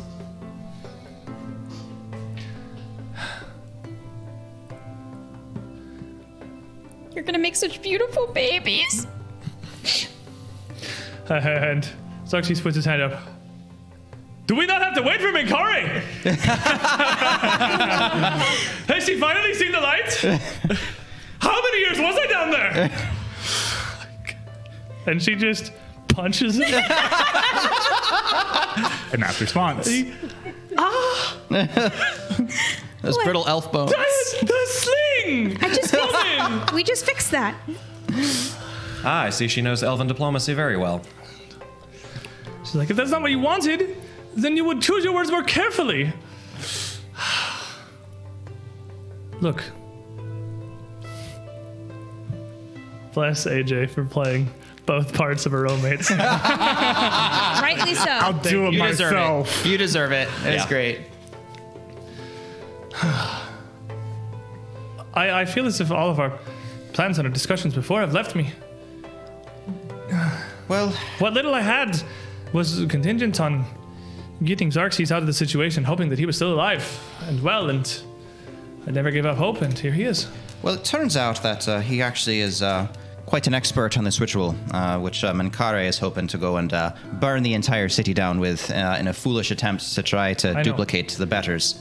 I have heard many of their disagreements before. He has moaned at length about their And you listened like a dutiful one. philosophical disagreements was the way that I put it. Esvis just playfully smacks Resme on the shoulder. But clearly after my imprisonment, it was something much heavier than that to Minkari. Treason. And that's what they wrote in the book. Yeah, treason. Oh, that's what I got in the log. Fantastic. The highest crime in all the lands. Oh, actually, and heresy as well. Heresy of all things. They don't have religion here. Odd for a place with no religion. Radical to the tenets of Erodin, I suppose. Yes, whichever Minkare decides them to be. And he just looks at the guard captain. Straight Is it you that finally managed to talk sense into her? Don't get involved. And she just like raises a fist and looks at him. He's like, is it wrong? Is it wrong? It's not wrong. Doesn't sound wrong. I'm glad to see he has some life back in him. If there's anything that can put the spring back in my step, it is Ini. That's She good. has a nickname. She has a grits- nickname. She They're in grits her love. teeth. She doesn't like the nickname, which means it's a very appropriate nickname. I don't think the nickname is terribly appropriate in front of the Lips are sealed. foreign mercenaries You can call him Xerxes the Jerxes. that just committed. That is the worst thing I've ever heard. Esvis smacks Resme on the shoulder again. It is not the worst thing I've ever heard her say. What do you mean to do? Well, Xerxes has said that with some time to put together some ideas, he may be able to find a way that the ritual could be harnessed to actually potentially do something good. So we're going to let him get to it. And Xerxes just kind of nods. Ah, the ritual. Minkare means to kill us all. He does, though. Well, Yes, that's not the case, yes. Can I help you? oh, Research. I mean, I understand the ritual pretty well, and I've been studying, portals and this pretty much my whole life, and I would really, really like to help. I would be glad to have an aid that does not immediately shoot down every idea I have. Let's pull out the Problem with book. that. I have a lot of knowledge in this book. I can help.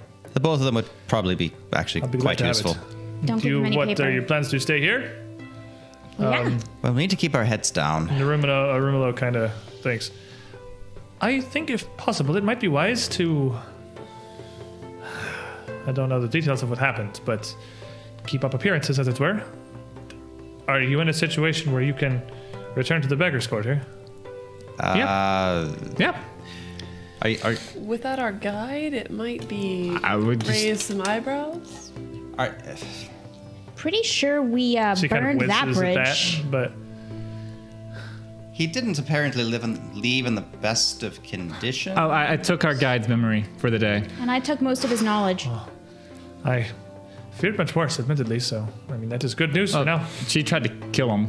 So, No, I just tried to hit him very hard. so let me we were understand this. told that it would be assumed that no foul had been done against him. We could play we're just lost tourists and we don't know where our guide went or what happened to him But card. then we have to go back into the custody of a guide, and I would almost rather keep my head down in the barracks for the rest of my time here than deal with him a moment longer. If there's anything else you need to do on Promise, it's going to be much more difficult without a guide. Can't we just sleep on your floor? I don't know what your intentions are now, but Stop Mikari. I think that that's really the only thing we have left to do here is deal with this Find the orb. ritual. do you mean... When Menkar returns, do you intend to meet him with words or swords?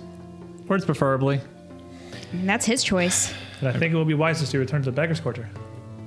Really don't feel like fighting a dragon. You will want as much standing, as much normalcy, as much of his status quo as it would be that you can get. It will also serve us better to not have the entirety of the city breathing down our necks because we are missing. I mean, We are currently missing. didn't we get chased through the library? Don't they kind of know that we're back? Those are Citadel guards. The Citadel guards don't talk to the city. Oh, that's right. And they'd never admit to the fact that they actually lost a group of infiltrators. Goodness, the egg on their face. The Citadel guards, they report only to Menkari. They'll speak with no one else, and I imagine other than amongst themselves, hold their report until his return. Okay. I mean, I guess let's just go back to the other quarter and leave you guys here to catch up. And we'll be back in a couple of hours to help with the Insinuate ritual. stuff. You weren't arrested on your way here, and besides, if you were to be taken into city custody, who would be responsible for arresting you? Me? Good point. It's good to have friends on the inside. Return to the beggar's quarter if you can.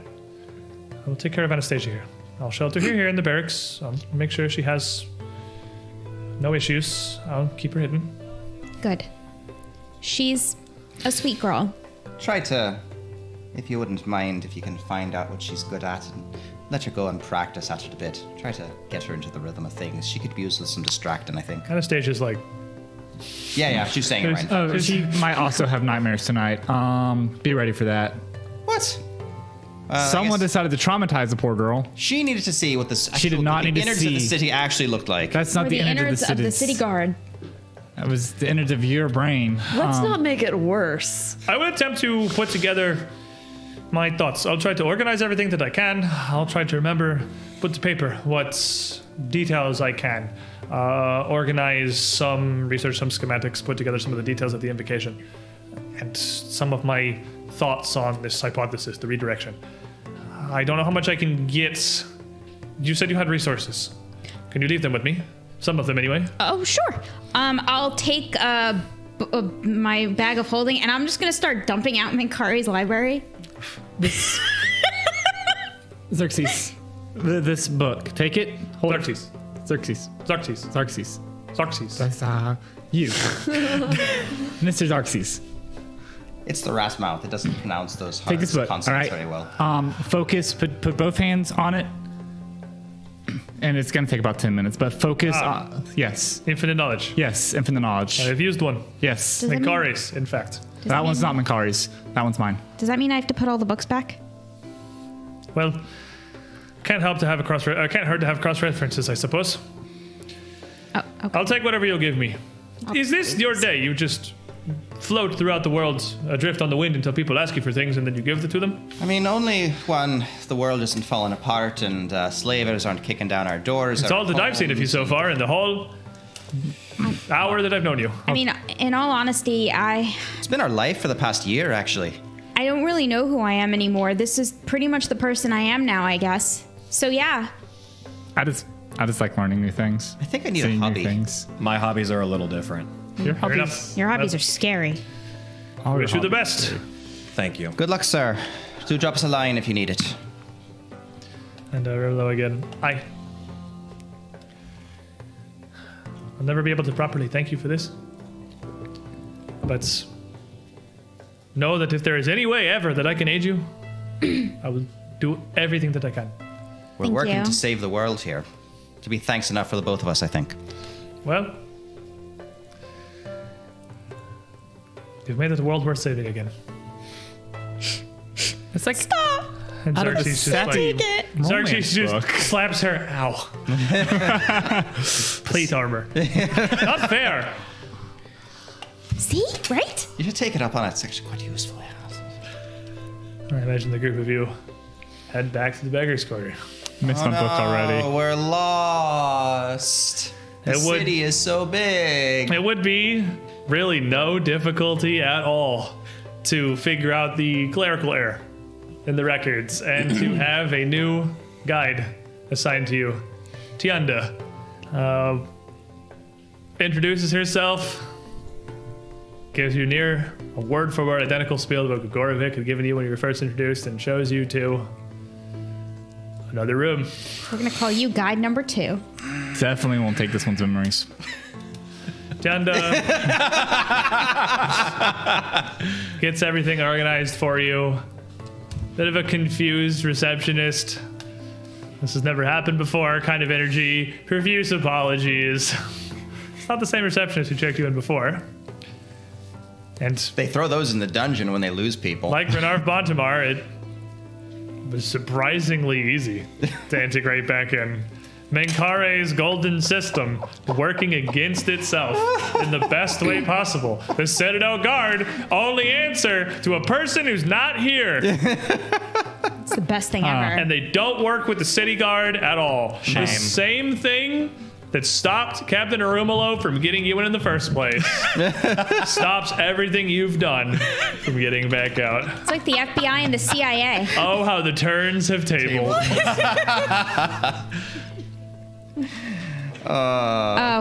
You would have an afternoon, an evening, a night of relative respite. Back at the incredible accommodations of the City of Promise. The life of absolute luxury you want for nothing. Delicious DoorDash. I want my book back. It's a really good city, yeah. It's really, really good DoorDash, actually. A day, the day would pass, and another. Nothing eventful, no word. Planning, thinking of how to proceed when Menkare does return. Whatever plans you may have, they would seem to be an amount of sort of interrupted on the day after. The morning you would awake, where Tienda would bring to you a contact. She would arrive at your door. The first time that she had imposed. Normally, you would, if you need her to go out, if you went out of the city for anything, you would have her summoned. She would come take you wherever. She doesn't present herself, but she would arrive with word. Lord Menkare wants to meet with you immediately. That was easy. Excellent. Ooh, great. That was actually way easier than I thought it was going to be. Her attitude, her candor, her smiles, her almost infectious excitement to being summoned to meet with Lord Menkare himself, the Golden Ruler of Promise, is an incredible mirror, perhaps, to the feelings that I'm sure the group of you have.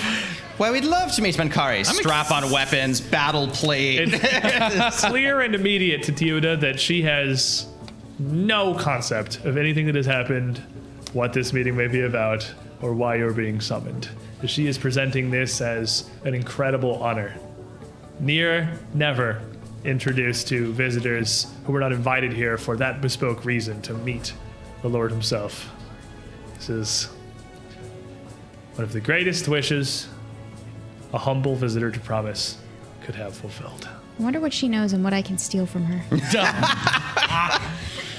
But I think we should take a break. So before we head back to the Golden Citadel, we're going to stand up, stretch our legs, use the bathroom, get some drinks. It's going to be about 10 minutes until we return. And I'll mention it again. And I said it in the pre-show. I have some dice here. I have some fine metal Norse Foundry dice. I got 3 sets of them still in front of me. We gave away a set last week into the chat. It was only winnable by people that were here watching the live show. They could drop in the code to join in. We're going to do the same thing again when we come back from this break. So stick around if you want to see how this goes, and also maybe win some cool stuff. Be right back, everybody.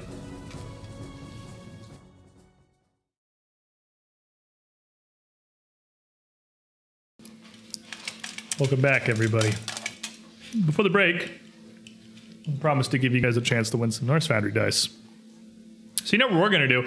Exactly the same thing we did last week, because that went great. It was super easy. So if you would like to open the queue, good sir, then all you have to do to enter into a chance to win these, you do need to be somewhere. Continental US, I can ship them, that it's not more than the cost of the dice, unfortunately. The life of physical giveaways is type NF dice, all caps, one word, 6 characters into the chat. NF dice, like Norse Foundry dice. That will automatically have you entered in by Moobot. There it is. Moobot dropped it in there. Each and every one of you can enter that. We're going to keep that open for a bit on the stream here, and then we will pull a winner out of the people who are live here on the show right now to select a set from this stack that Norse Foundry has sent us to support us. So they're pretty cool. Thanks to Norse Foundry. Shout outs to these lads for supporting the show for as long. They've been supporting us forever. It's been a while. Yeah. Now. It's been a long time we've been part. They're far and away our oldest partner. Shout outs as well before we get back into things to Arkenforge, which is our map making software / like hybrid virtual tabletop. They're really cool. We got a discount code that gives us a little bit of support down there, and a lot of you guys have been using it. Thank you so much for checking that out. It is the easiest and most direct way to support the show and still get cool stuff for yourself. Sirenscape has been our background music for the entirety of this adventure so far. Their ambient sound sets add so much more to the adventures than I ever thought they would before I had them, and our minis from Eldritch Foundry, which, you know, we're going to be maybe getting to that in a minute. We'll see. I don't know how it's going to go. I really don't. Like, there's directions here. There's... Like, What do you take us for? I don't know. It depends murder on hobos. No. Me? Never. That's That fine. one? Are you capable of being a murder hobo? Like, are you even strong enough to be a murder hobo? Strange. John, Hobos double die. homicide killer. Raz. I don't know what you're talking about. This one, like, frequently tosses area of effect spells into his friends. Yeah, his friends. And get guess caught up who's in not dead?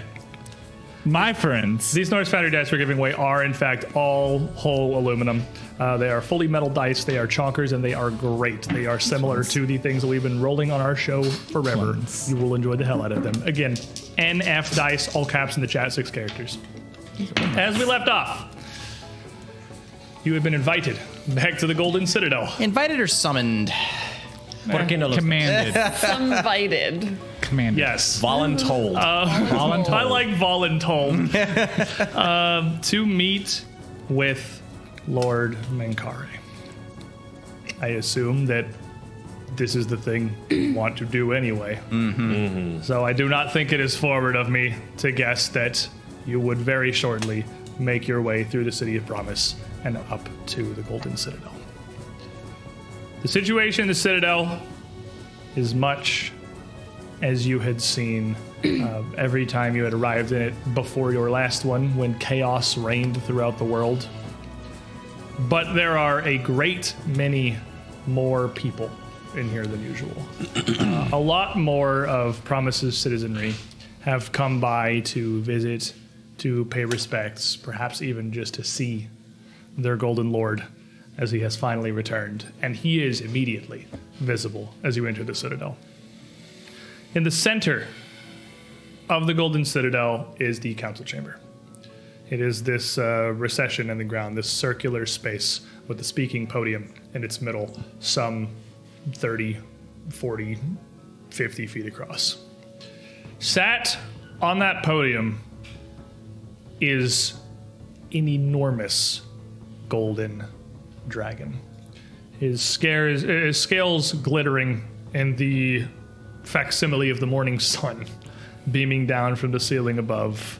His horns almost projecting back from his brow, curling back around kind of behind him. He sits atop this raised dais like a throne. Dragons do not have the most expressive of faces, admittedly. But he looks with a warmth across his people, but he's kind of turning his head, his attention down towards the citizens of Promise around the outside of this council chamber, going throughout the area. Occasionally nodding towards them, just almost lazily looking around, almost like a cat at home.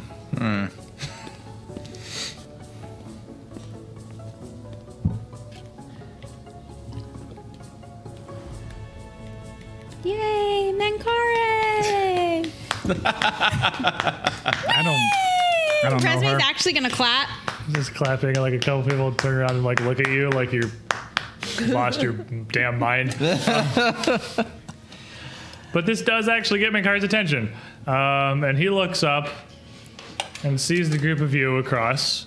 Visitors' pins, I imagine, firmly affixed Yes. onto your chests.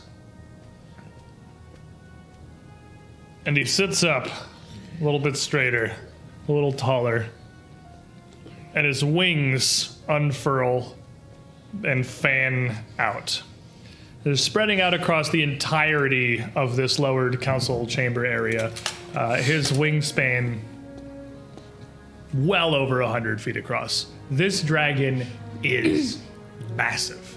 Is he T-posing on us Is right he now? trying to mate with you? He almost rivals in size that Echo of Dehawk you had fought back in Breach Hill. This would certainly be the largest, I have to put, living dragon that you have seen.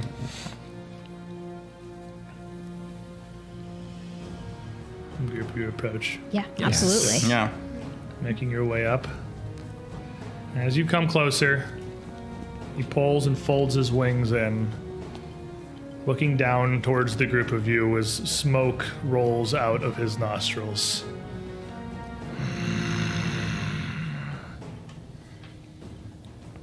Approach. Approach. Continue approaching. Yeah, we do. And he stands as that word echoes throughout the citadel. A trick both of magic and acoustics in the central point, and steps down off of this raised platform to set himself in the recess next to it. No longer sitting, now up on his fours, one foreclaw up on the mid-level of the council chamber next to him, kind of almost like an armrest, this 20-foot rise for him. You have come to my island uninvited and have seen fit to meddle in my affairs. Is there literally like a ton of people around us?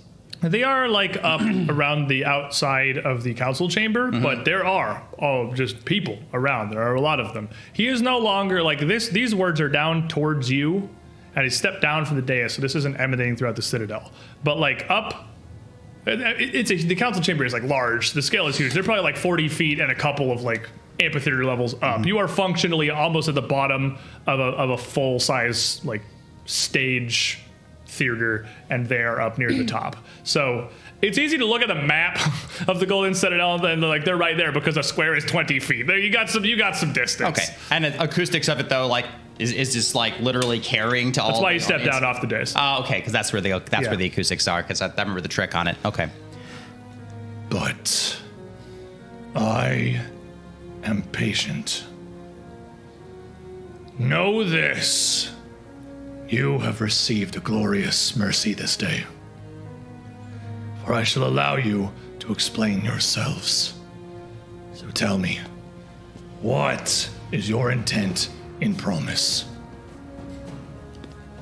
We came here some days ago in response to a terrible act of aggression by an agent of this city against our hometown of Breach Hill, one Etrix Treagle of the Scarlet Triad. His agents broke into our village, tried to take our citizens hostage, and sell them into slavery. We beat them back, addressed our grievances with their superiors, who seemed of the same mindset, and so up the ladder we went, and soon negotiation was quite out the door. We found out later that Etrix Treagle and the Triad reported to you, and he had been selling slaves in an attempt to reassemble an ancient artifact that caused a great deal of tragedy in the past, the Orb of Dragonkind. And we come here to ask your intentions, sir. And we find this place, and there is a troublesome shadow over it. Why do you need the orb? Why are you seizing our people as slaves? You imply that I would willingly wield the orb that was born against me not once but twice. I imply nothing, sir. I simply present the facts as we know it. The artifact that was the direct cause of the death of my parents. That Ilgreth, born against me to use me as a weapon. The Taldan Dragon Wars.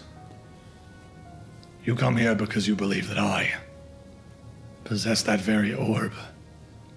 And not so much as intend, but am even capable of such an evil. An evil it is.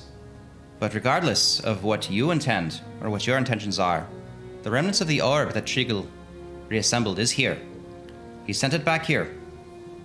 It exists in this city somewhere. You are half correct.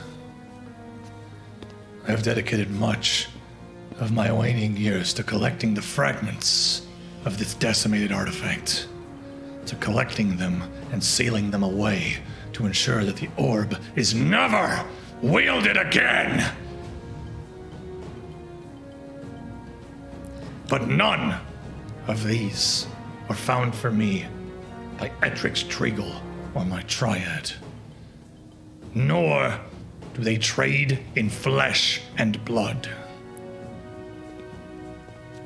Oh, they did. They definitely did. Hi, I'm one of the flesh and blood. We pulled him out of a slave camp. And they took my daughter. We got her back too. Yeah, We got them all back. after she was mind washed. Brainwashed? Mind controlled. There's a lot of enchantment magic behind that one.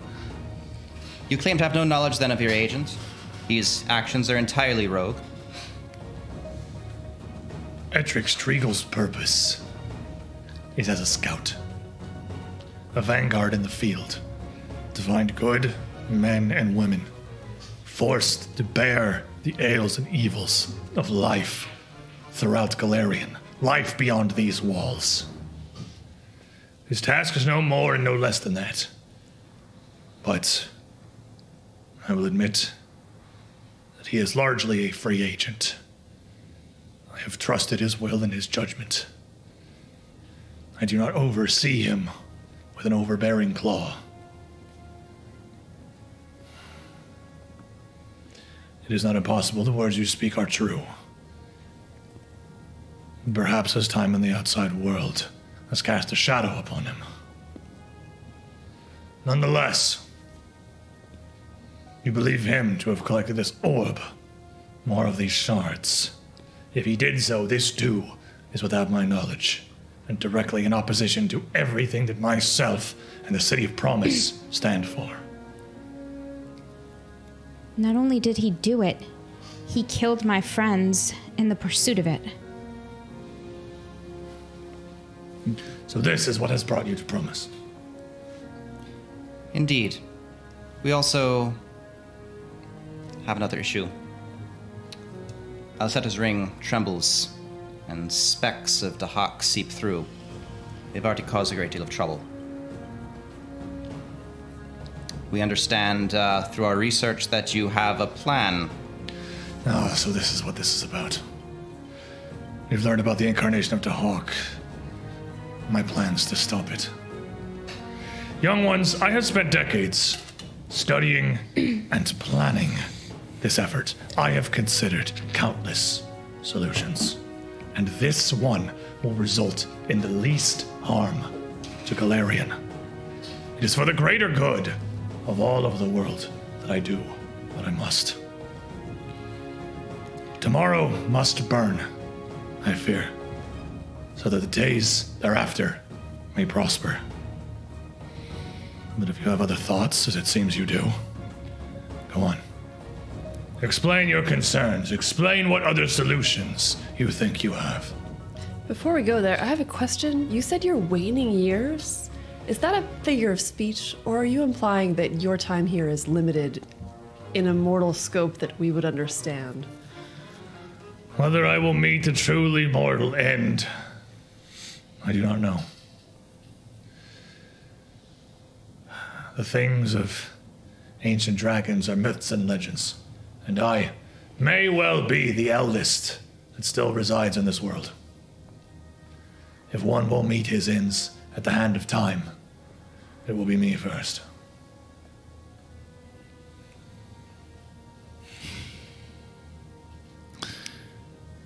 Oh. There's your plan, the desire to bring the best of people together with the hopes that their devotion will be sparked. Never in history has it worked. Humans were capable of great feats of sacrifice and doing tremendous things. But it's a result of dedication over lifetimes, generations, focusing and honing toward a singular goal. This city here is focused towards human excellence in general. It's not devotion towards defeating Dahak that drives them, but the continuation of the city, of the dream that you've planted in them. You appeal to my pride, to what I have built here. I simply say that it's been focused imperfectly. And imperfection will not do at this time of day. You think there are flaws in this city that I have built here? Tell me, surely you have seen the outside world. You must have come from there, unless you have stepped from another realm or another plane. Not at all, sir. I come from the worst place in the world. I come from Galt, and I've seen the worst of humanity. It is no worse than any other. The evils, the suffering, and the pain that you have experienced in your homeland of Galt. It is exactly the same that all humans experience throughout not just the Inner Seas, or Avestan, or Garand, Tianja, Arcadia. In truth, perhaps not even Galarian. It is their condition. Humanity has such potential Erodin saw, that they are all but incapable of achieving themselves without guidance. You have seen what comes of humans left to govern themselves, left to their own whims. Oh, it's a mess. The wars fought for thrones, the lives lost for the smallest bits of power. And you think Promise is not better? I didn't say Promise wasn't richer, didn't feed its citizens better. Indeed, you've pruned the greatest talents of humanity has to offer from all over the world and locked them away here. An extension of your horde, almost. A beautiful one, may I say, but it's what you've done. I don't deny that they thrive here. But what you need isn't perfection, and what you need isn't excellence. What you need is devotion to the singular ideal of defeating the Hawk, and they know nothing of him. You seek to cultivate this devotion in an instant of when you choose, and expect the entire city to follow behind you. It's not how human devotion is built. It's not how it's focused. It is improperly done for the purpose of it. And we can't afford that. We need to investigate all possibilities, and we can't afford to be hasty with this one chance. Do you, or does anybody else, because you're all here together, want to make me a society, diplomacy, or I guess no one's probably going to have, I would take Breach Hell lore for this. I'll do society. I'll let you, one of you aid the other. Who wants to aid? I'm human, so I can do lots of aiding, right? What you got? I'll aid diplomacy if you want to aid. One of you can aid. Do like a 5-man roll each time. Okay. I'll aid diplomacy. Try and spin around. 7. I'll aid. Okay. All right, give me your aid roll first. Surely, I mean, you can't really fail. 17 on the die, so it's a total of a 50. Yeah, like rolling to aid's a formality at this point. You literally can't. I think we've reached the point where a nat 1 still critically succeeds to aid on most things. So you get a plus. What's your Legendary? proficiency? Legendary plus 4. Okay. Circumstance bonus.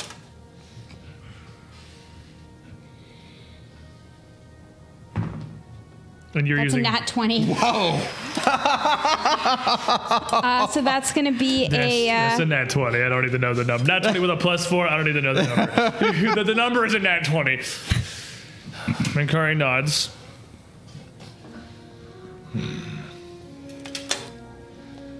Perhaps. But if this conjecture is your only objection to my plan, and the best defense you have to mount against it, I still see no better way. If you are here, I can only imagine the efforts you have gone through to do so. Surely you understand what is at stake. But I don't think you do. How so? You've lived on this plane for a long time, but even you have said yourself that you are the last of your kind, one of them. Why do you do it? Why do you fight? Why does this world even matter to you? Do you know why it matters to us? Because we love each other. Because we have loved ones. Because there are people out there who own the other halves of us and who we fight for. Do you think that I am incapable of these feelings? Do you think that dragons do not have emotions, do not feel pain? Do you think I do not grieve and have not for years upon years about what I must do?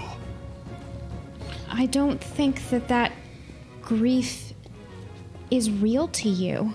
I don't think anything is real to you anymore.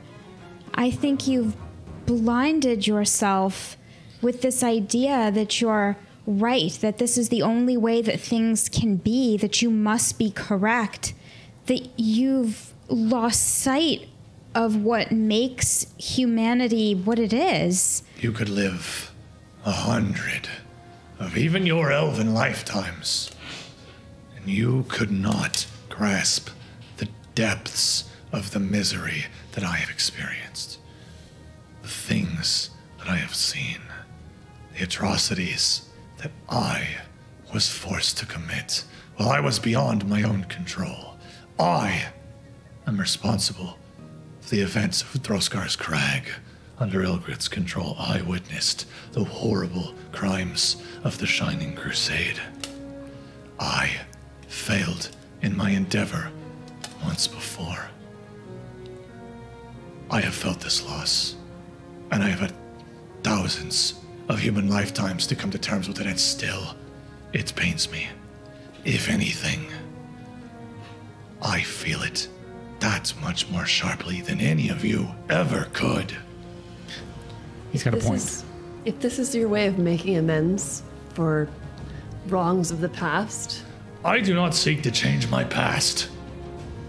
The past cannot be changed, nor can it be atoned for, only learned from. Then let's change the future and pause before you act on your plan to defeat Dahak. So, Mr. Makari, the problem is with your invocation that you have planned, sacrifice of pure souls willing to sacrifice despite knowing everything that's out in the world, despite knowing all that you know, all the pain and suffering you went through, all the pain and suffering the original sacrifices went through, despite knowing what all that means, still choosing to sacrifice themselves.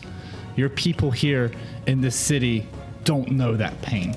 Despite all the wars and blood spilt for crowns and fire spreading across cities, people still rise up. Humans, elves, whatever you want to say, rise up and give themselves to the people. That's the kind of sacrifice you need. Your words work against you. Every man, woman, and child in this city has been selected. I have approved every one of them specifically for their wills, for their determination, for their sense of sacrifice. They would give themselves in an instant if I could make them understand what was at stake, but that is a risk I cannot take. They would give themselves in an instant if you so commanded it. They wouldn't do it on their own free will. They would do it because you asked, because they revere you as... They would do it if I gave them the choice. I am certain of it, but not certain enough to stake the lives of every human in this world. Can't you see that kind of risk? Do you know what certain means? We cannot leave anything to chance, not with so much hanging in the balance. Not giving people a chance is exactly what's putting things at risk. What do you mean? What we've been saying is that the only way for the ritual to work is to have choice. To not give choice is damning the ritual. It is not about choice. It is about intent. It is about will. It is about a sense of something greater, of good, of sacrifice. Are you the greatest expert on this ritual? None on this world have studied the anima invocation longer than I. Were you there when it was first conceived, when it was first cast? Were you? No, but neither were you. You know no more than this than I have. I've read your notes. I've read every single scrap piece of paper there was as fast as I could. That's a lot of words, but I've gone through them. What you know is what I know. You're not certain it'll work. You're scared. Have you been told by an expert, someone who knows more than you, of this ritual that it would not I know work? of your jailbreak, and I know to what you imply. And why not believe him? And what happens when you go through with it and it fails, and then you doomed the world because you broke open the cage to Hawk is in? Then I can say that in the end, I tried. You can say in the end you failed. I did not stand idly by as the world was consumed in ash. There is no alternative. There is no other plan. Sure there is. Your faith is beautiful, that you have cultivated so many. And if you are going to continue to show that faith in all of us, then have faith that we can give that choice, we can give that conviction, not just the intent, but the freedom to have it. Give us the faith you so solely place into all of us. Give us the chance for that choice. Let us give freely into that faith you have. I have tried to walk this path once before, and it failed.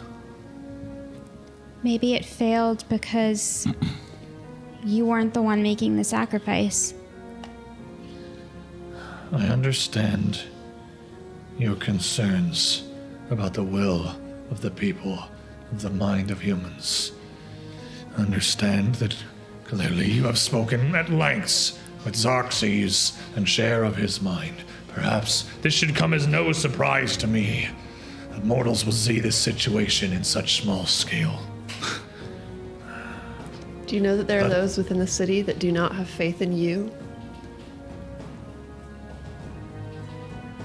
And if you knew that there were those within the city that did not have faith in you, would you still have faith in the entire populace of this city? This city does not exist to worship me. It is not built for vanity. No, but if they don't have faith in you, then they may not have faith in all of your ideals either. What makes those people perfect? The contract of citizenship and my selection. The contract of citizenship that compels the choice to force them into the ritual, into sacrifice via fine print. That one? Look, Why don't you? young ones. Your concerns clearly are deeply rooted within the minds of your fellow men. That much I understand. And these objections I have heard before. Mr. Xerxes mentioned a different take on the ritual. Did you hear him out on that? Did you give him a modicum of thought? Did you try pursuing it, or were you so blinded by this one pursuit? He this had one. A simple theory that perhaps the ritual could be altered in some kind of way. He never had time to investigate specifics or how that would manifest. There was no time. How long ago was that? How long ago did that first bud of theory come out? Some years. It's time. Even a little bit. You said a little bit of time. See, Telling me that he pursued this research anyway. He has his ideas. I have him writing down everything he knows. And what exactly does he know? Does he offer an alternative or just a vague promise of maybe and somehow? Even the ritual started out as just a theory. It's only been done once. It's only been done once. Somebody give me. You automatically succeeded on the free will thing. Can somebody give me like one aid, one main roll, diploma, nature, religion, or arcana and occultism? Are the two bundles. I can do occultism. And I've got religion. I'll let you do one. I'll let you do I got one each. Arcana. I can aid religion. You need religion? What two are going? How's your occultism? Is it Great. It's great. Fantastic. I'll probably go with that then. I'll aid your occultism. All right, Okay. give me your religious aid. Oh, religious aid? Sure. That's 40. Yeah, I mean, well, I'm master. We're rolling these. +3. 16 on the die. Oh, I'm sure for the 19 +3. plus 32. So, what is that? 51? Yeah, okay. I'm legendary.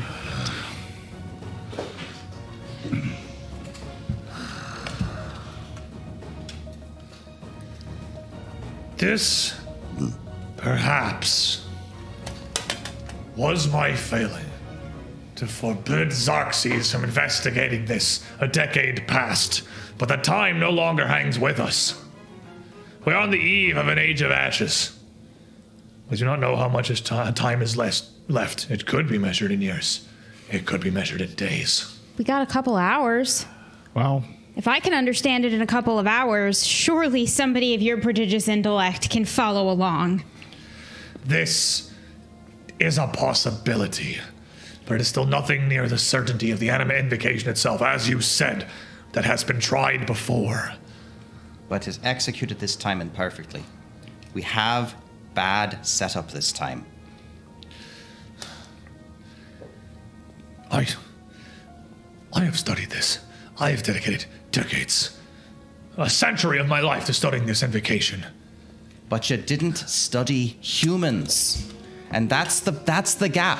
My life has been dedicated to the pursuit of Arodin's ideals and humanity.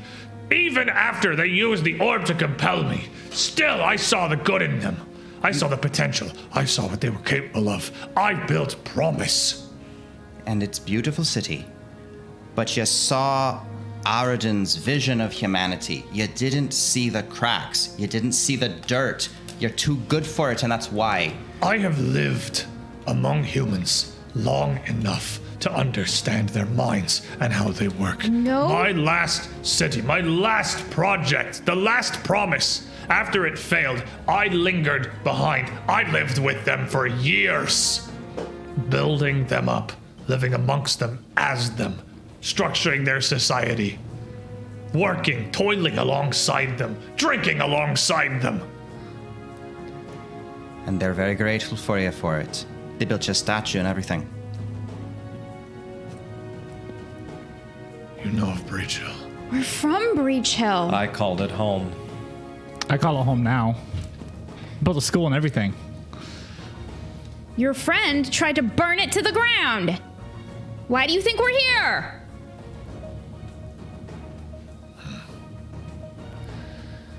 Fate certainly has a twisted sense of humor. That the products of my first failed project would arrive to attempt to foil my second. Or attempt to guide it and ensure it actually succeeds. Foil this. She is going to not make any gesture. But she will lock eyes with him, and she will start throwing emotion at him, human feeling. The first time she ever hurt herself as a child, the first time she ever remembered getting a hug from her mother, the first time she ever experienced loss, the first time she ever experienced love. Every hurt, pain, feeling, failure, success, death, victory, everything she has ever experienced or experienced about anyone, she's going to take it all as a bolt and throw it into him with a 10th level spell. And she is going to try to inject as much humanity into him as is humanly possible in this one moment of doubt and reason that he might have to try to tip the balance in our favor. Maybe if he can feel for one moment what it's like to be human, he can see why this plan is not going to work. As you throw this 10th level wish, this outpouring of energy, I assume is what you're doing, into him here with your blood component. Yeah. That's not gonna hurt. That's gonna hurt a lot. It's going to hurt a lot. He's gonna feel this in fact. Yep. Take your damage and roll me a diplomacy check. I would let you aid somebody else if you have diplomacy, right? You're a sorcerer, you have diplomacy. Roll me a diplomacy check. I only have a plus 35. Roll me a diplomacy check. She is the emissary. You're all here. I'm not going to make you roll it if you're like untrained, but you are a literal sorcerer, and if you're untrained, that's on you. I'm not trained in Intimidate. I'm shocked. Okay, we'll do it. We'll take it. That's going to be a 47. As he feels all of this energy pour into him, you see him close his eyes and tilt his head a little.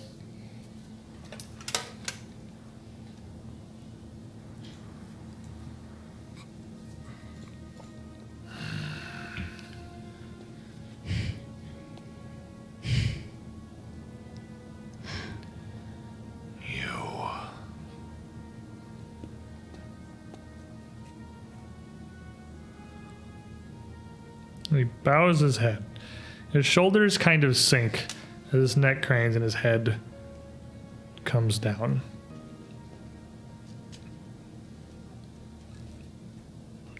I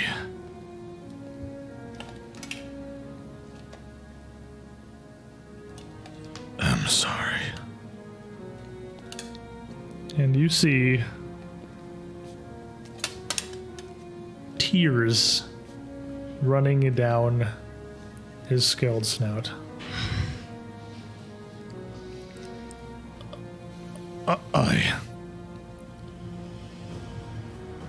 Everything I have done, everything I have built, it was for the good of Galarian and its people. I told myself that.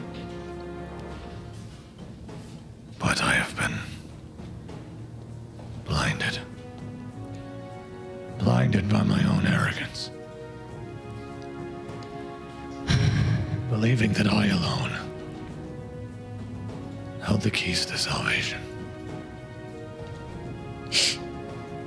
Believing that I knew better than human minds ever could.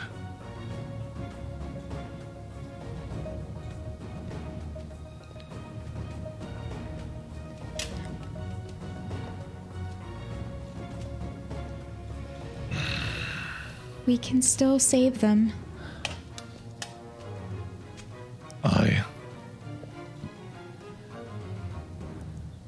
will aid you. I will aid you in your plan. I will commit to you whatever resources you need for myself and the City of Promise. We will find another way. Okay. Let's go get Xerxes And then. you hear a voice call down from up at the edge of the council chamber. Menkare! And you see, he looks up, as do you. You see Councilwoman Treagle standing up there looking down at this crying dragon.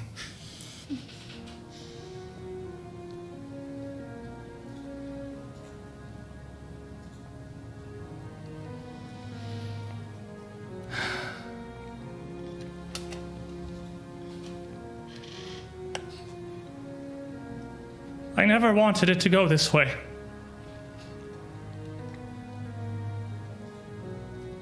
And she pulls out the orb of gold dragonkind. I knew it. Aha. And as she holds it up, Menkare's eyes go wide, and he immediately shoots upright. You would not dare!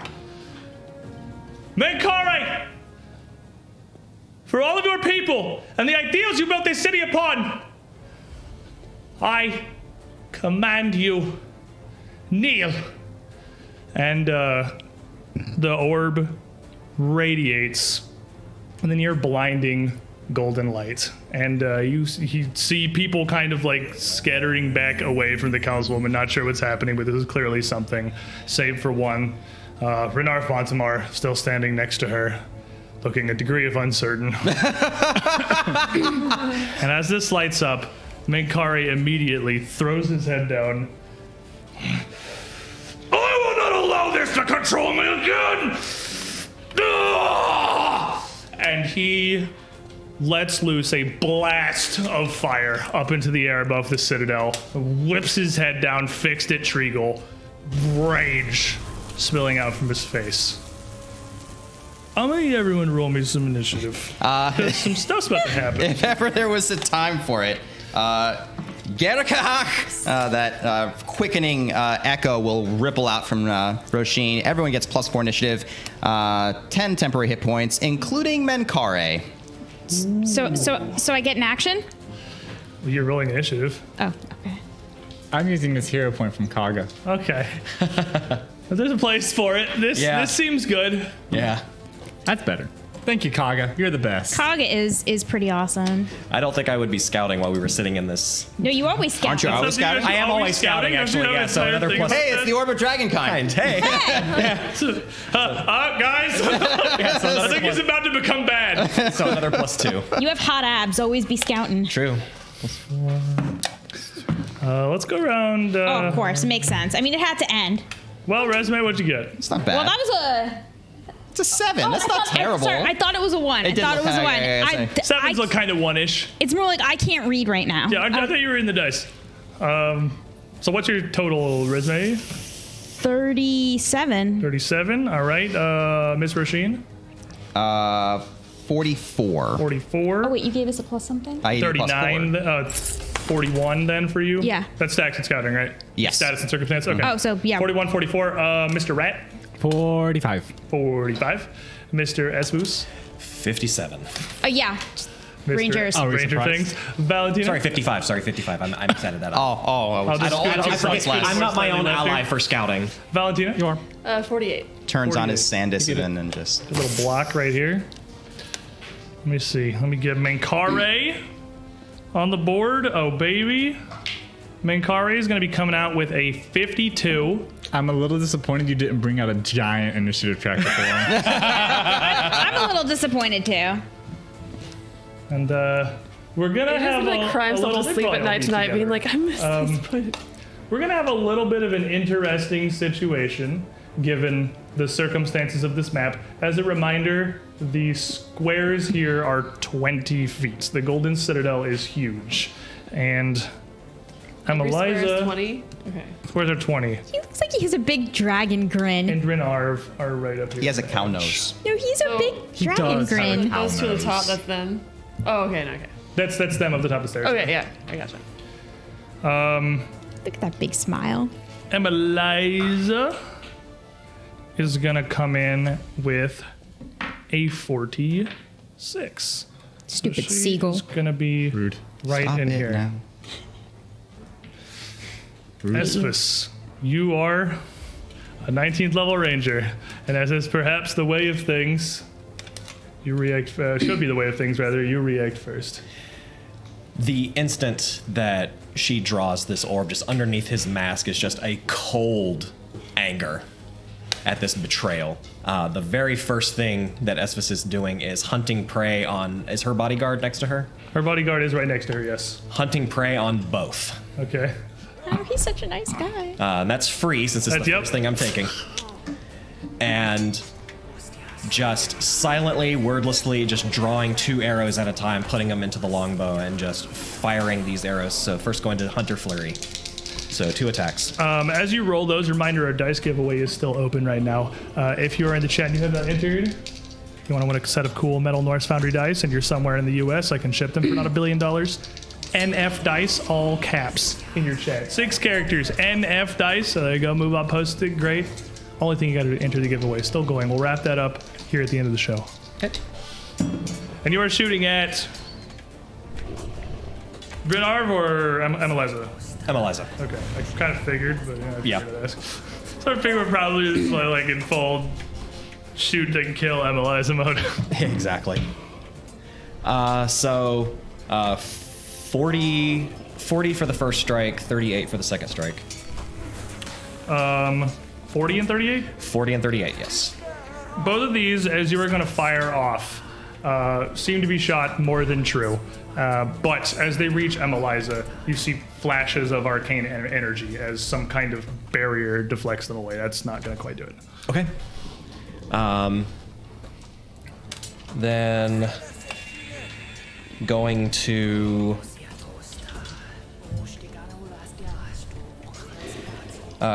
take a targeting shot to take a half. Esphus takes a half breath and takes a targeting shot. This will ignore all concealment and all cover. Okay. If she has anything that might pop up for that. So this will be. That will be a 45. I don't know. Is that a 15? That's a 15. No, it's a 13. 45 to hit. 45, that breath, that one targeted shot there will sail through, and you'll see it crackle in whatever this barrier is and shunt a little bit, but punch through it and hit her. 45 will do it. Okay. She is not evil, correct? What? I don't know. She's Treagle's Definitely sister. Absolutely evil. Roll that holy damage. She's using the dragon ward. You have been she's- played the whole time you've been in Promise. Fair enough. Fair enough. Knew it from the Look. very beginning. Who could- Surprise. I'm used to it. Treagle's sister, evil? No. Oh, impossible. All right, so that will be 23 points of magical, holy, flaming, piercing damage. Fiery arrow of God. Basically, Right. every single arrow that since she is evil, every arrow that Esphus fires just lights up in white holy flame. And then taking one last shot, just a regular good old fashioned shot.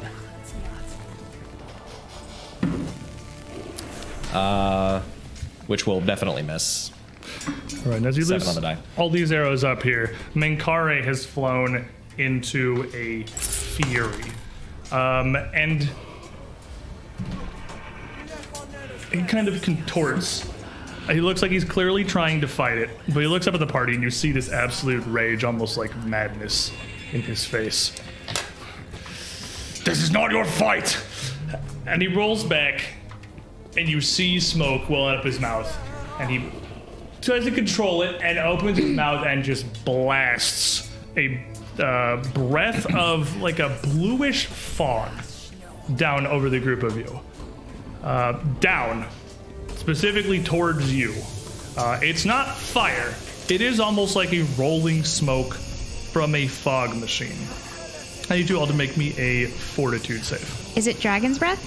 It is a dragon. It is a dragon's breath. It's considered All right, breath attack. cool. I'm gonna use my amulet. Hey, dragon breath! Nice. Am I getting shot with dragon breath? And I This is got- the one time. I got baned by Kalendar. Such is life. Oh, and there was a thing over here. Ah! What? To who? Oh, two of them? Okay, I see. I see. Esphis, take 2 hero points. You called out in the chat. Sorry, I can't see what Oh my they come gosh. into. I Thank couldn't you see so the amount. much. I was like, oh man, 2 So things. much. And then I see you too, Haven. Don't worry. So, hero point. Kaga. Thank you, Kaga. Kalendar says elves gotta stick together, don't you know? Take those both. He's paying himself. He's gonna get those when you swap. That jerk. Valentina, what is your fort save? 40. That is a failure. Espis, 50, that's a regular success. which becomes a critical success because I have Juggernaut. Hey. cheating. I have Rez, to take half, yeah. 40. Oh, take Regular that. failure. Better than that one. Rasheen, 45. I'm blessed. with your bless is a regular success. So we know the DC. Resume. That is going to be a 19 on the die, so that's going to be a 50. Regular success. We'll take it. So only Valentine and Raz failed. You two are enfeebled 4. Oh no. If I take half damage, does it still enfeeble Doesn't apply to 4? non-damaging Okay. effects, unfortunately. Enfeebled 4. All the regular successes, you are enfeebled 2. What does enfeebled do? Minus 4 no. to everything that keys off of your strength. So I So dropped we're at my minus- bag. size from Valentina and Roshi. Is it like We're at minus less 4? enfeebled every turn? You're at minus Or 2 to just absolutely It has to nothing be you removed do. or wear off. I'm at minus 2 to literally everything I do. I'm at minus Most 4. anything I do. Raz is very weak all of a sudden. I'm always very weak. It's fair. So sorry, I'm buddy. burdened under the weight of my own sins. And then with that, he breathes that down upon you. Menkare flaps his wings, a huge gust, and shoots up into the air, quickly turning his head out to the citadel. Those of you gathered here today, flee! This battle does not concern you! And turns his hate towards Emeliza and dive bombs towards her, but doesn't have an action to do it right now, so he's kind of mid-dive bomb.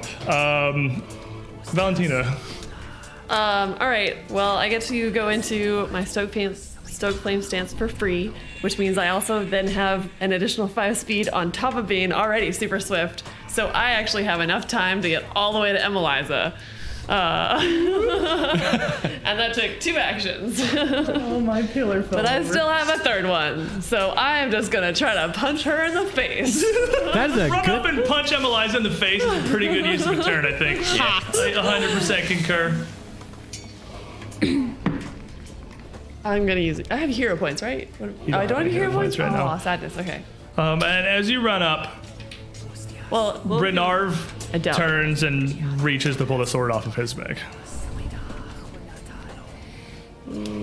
Does a 30... Does If it's a 30 something, it's not even now. And you run up and you hit this same like magical barrier. She doesn't even like, Okay. really turn to acknowledge you, just this relying on the shield, and she is focusing everything Okay. onto the orb of dragonkind. So she's holding this and looking up towards Menkare.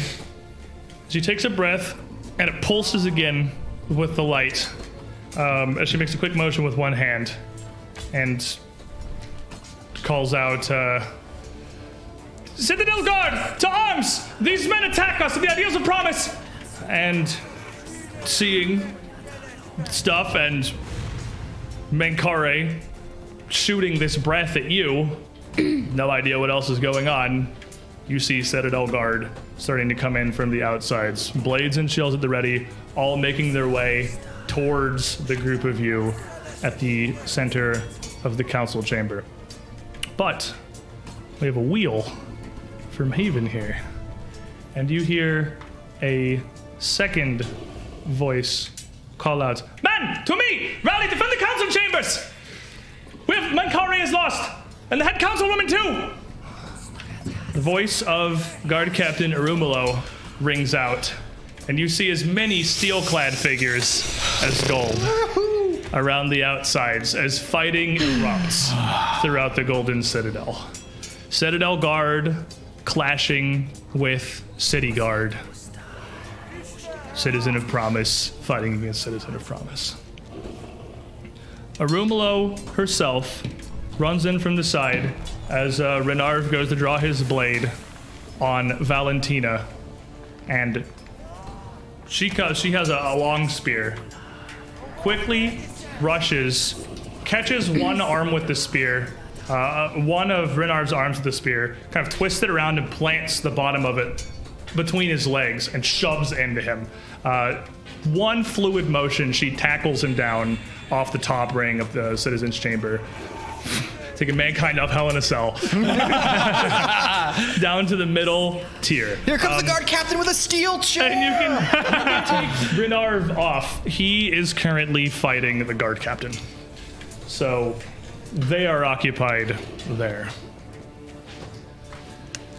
Treagle looks at all this.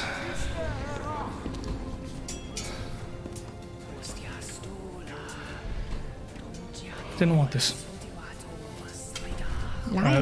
Puts up two fingers of her free hand.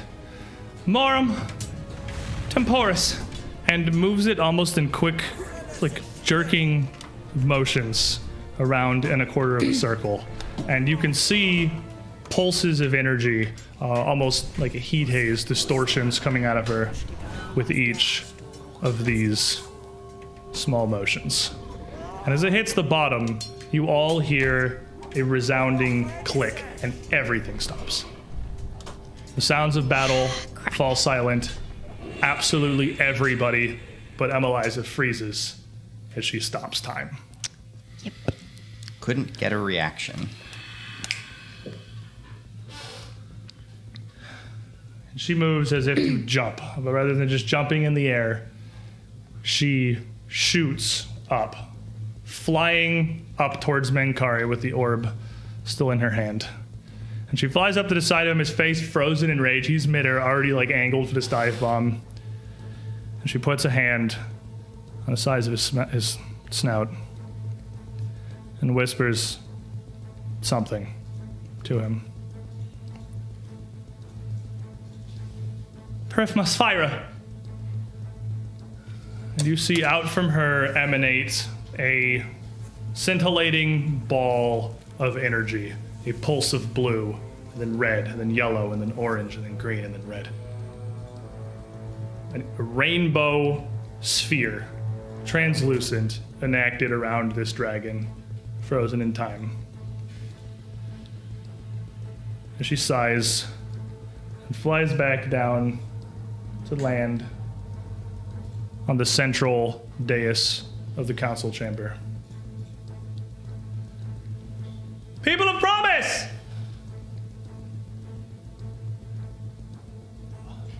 Our golden savior has lost his way. He would sacrifice anything for his desires. All of us. All of you. But never himself.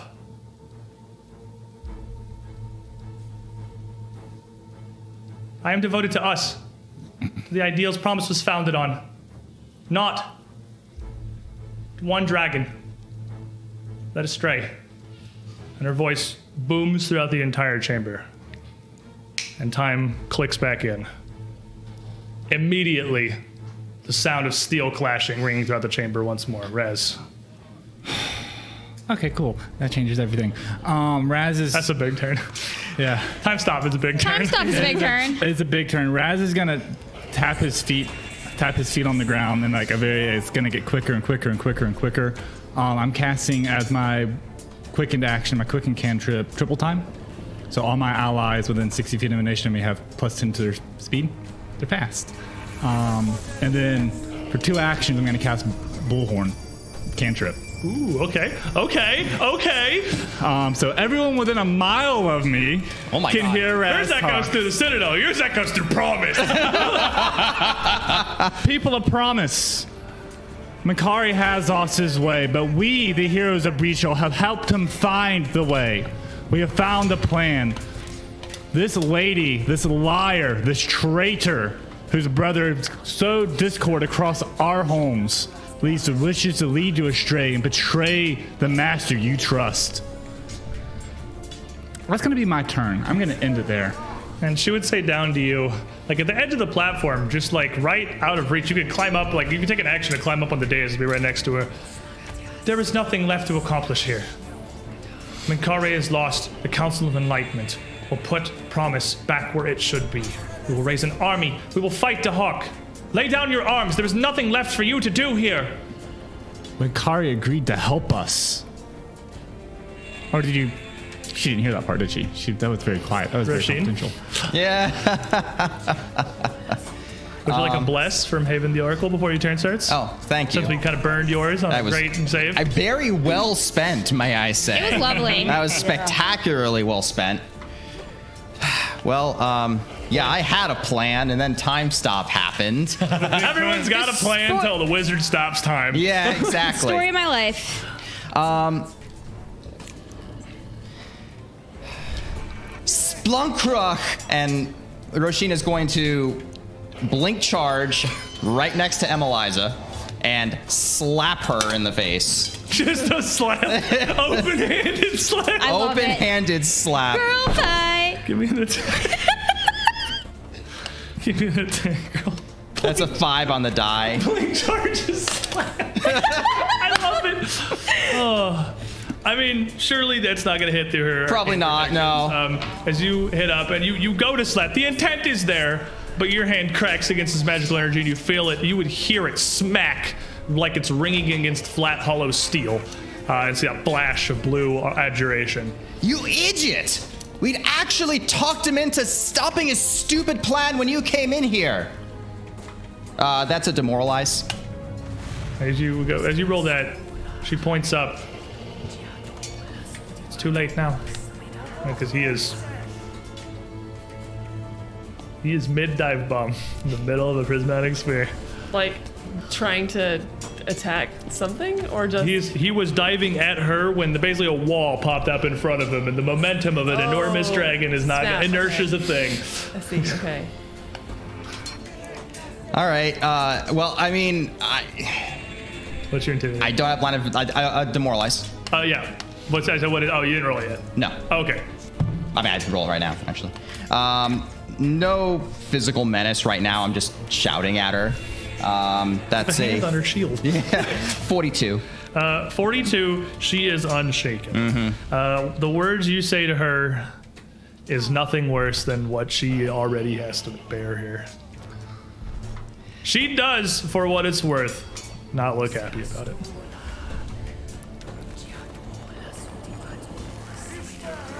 Ah! Roshin's just mad. And that's it. I'm delaying my turn. I'll ready to punch her again. Ready to punch her? Okay. Resume. We're always ready to punch her.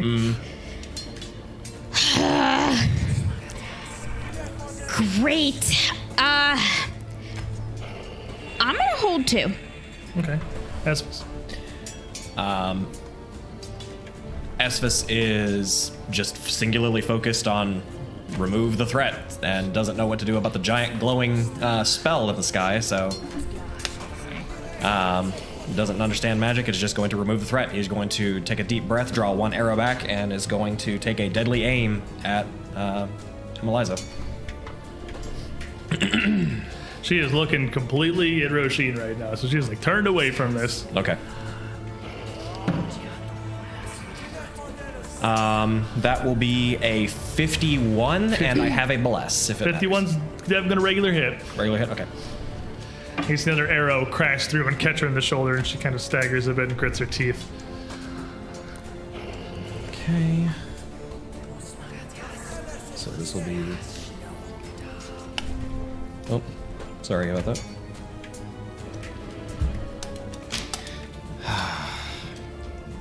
That will be for 39. We're still we're doing the tablets again, by the way. If you were here last week, we're using tablets for damage, which hopefully makes stuff go a lot faster. But we're getting used to them because we switched over to a dice roller. It seems like it'll be cooler, but adjustment. That's true. Yeah. Also, he hasn't used it before, so Exactly. And then is just going to just pull 2 more arrows out, just immediately pull them in between, and just go for Hunter's Flurry. Oh, Hunter Weirdly, thing. they don't have books or tablets in the boneyard. Exactly. I am a boneyard boomer. Attack. You know what? I'm going to spend one of those nice, lovely hero points that Kaladar was so kind. Don't let him have them. They're for you. Right. Yeah. Use them immediately. Don't let this man buy his own hero points. Exactly. Thank you, Kaladar. So that goes up to a 42 armor class. 42's not quite going to do it. Okay. Esphis, shoot at me! Just hearing Resme do that will immediately just turn luck and fire at Resme, I guess. He does trust what she's gonna say. Or do. Oh boy. Does the hunter shot have to be in your prey? Say again. They'll let you shoot it at her. Just shoot it at her. What do you got? With the penalty with her not being prey, that will be a. So it's -5. Sorry, I'm at math. That'll be a 49. That will hit me. Unexpected transposition with Menkare. So as you go through this swap to put yourself in the doom bubble, you reach out and you feel this familiar pull of the teleportation. But nothing happens. Oh, we're in As the prism God damn it! and the prismatic sphere stops anything from targeting things. I'm not on the other targeting side of the it. violet wall. Well, Duncan, he's the target of the transposition. No, you're also. It's double. Targets. It is double. It double doesn't work. Damn it! You take an arrow. Oh, that That's was fine. a cool Spell trick, burns. though. It was a really cool trick. I'm really sorry. Don't worry about it. I'm not worried about it. So that'll be 25 points of, with 3 of it being fire. Oh, that's So, 22 fire. 22 points. And as it grits her teeth in this arrow and calls out again, "People of promise, behold, a new era!" As Menkare, a brief moment for his eyes to widen as he cannot pause. He barely fits in the thing. Crashes through the prismatic sphere. And you see, almost in slow motion, bursts of fire and electricity. You see the sphere pull and distort as he pushes through it, and the golden scales fade and turn to gray. As his body smashes through all of this, twists, with all the force he had targeted towards Emeliza, crashes into the floor about 10 feet in front of Valentina, colliding with the ground as a stone sculpture that shatters into 1,000 pieces.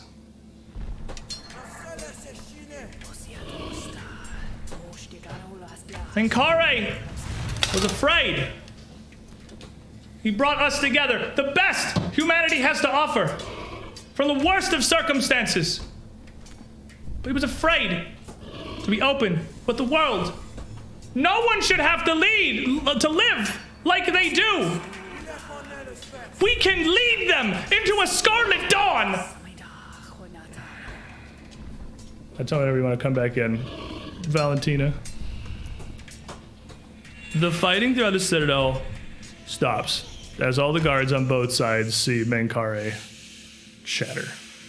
And everyone is just kind of standing in awe attention torn between where Mankari just exploded and the leader of the Council of Enlightenment with 2 arrows sticking out of her in the center of the council chamber. She is clearly making no move at this point to fight back against you guys. Nobody is at the moment. Even Renarv and the Captain Rumelo have largely stopped and are just kind of sat there. Arumalo, eyes wide, like literally hands over her mouth. Renarv just staring at the floor in front of him, down on one knee.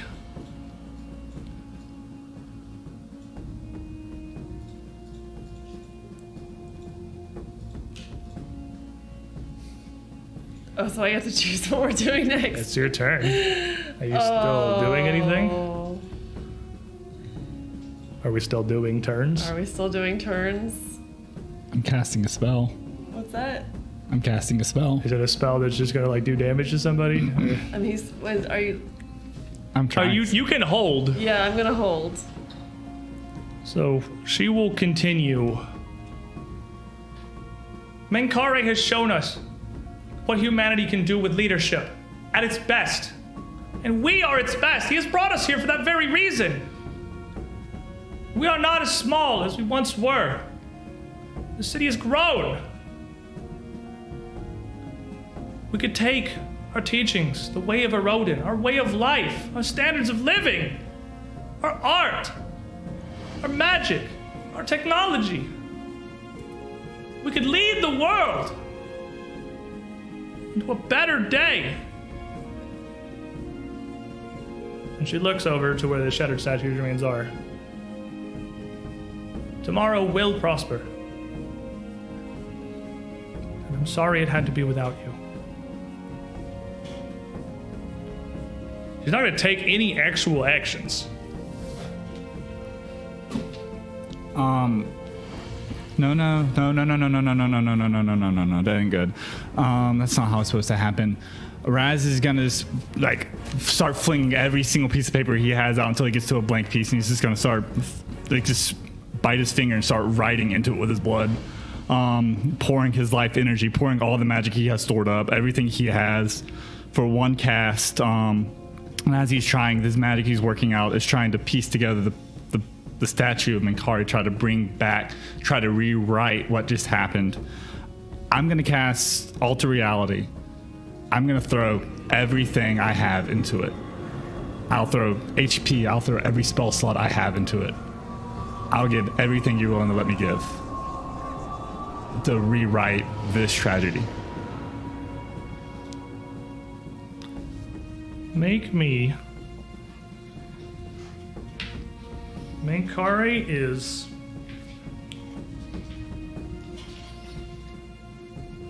23rd level. I'm gonna have you make me a very hard check, your occultism for your magic, to his level. That would make it DC 51. DC 51 occultism check.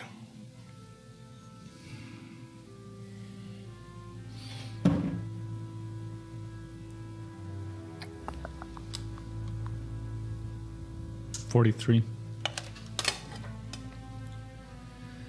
You put in everything you have, and you are a powerful bard, but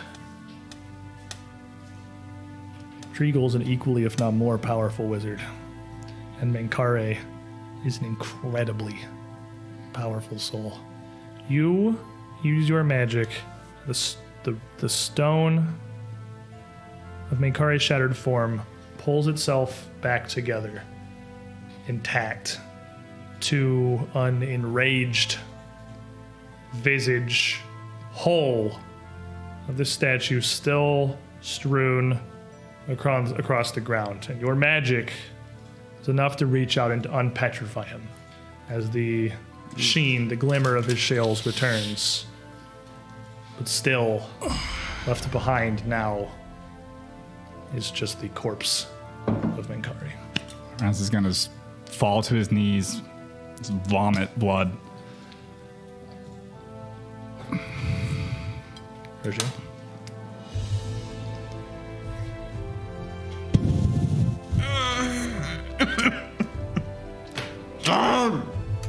Join me. You could lead Promise's armies. The Hawk must be stopped. We must fight him. We need capable warriors. We need men and women willing to stand to keep this world intact. Join us. Join me.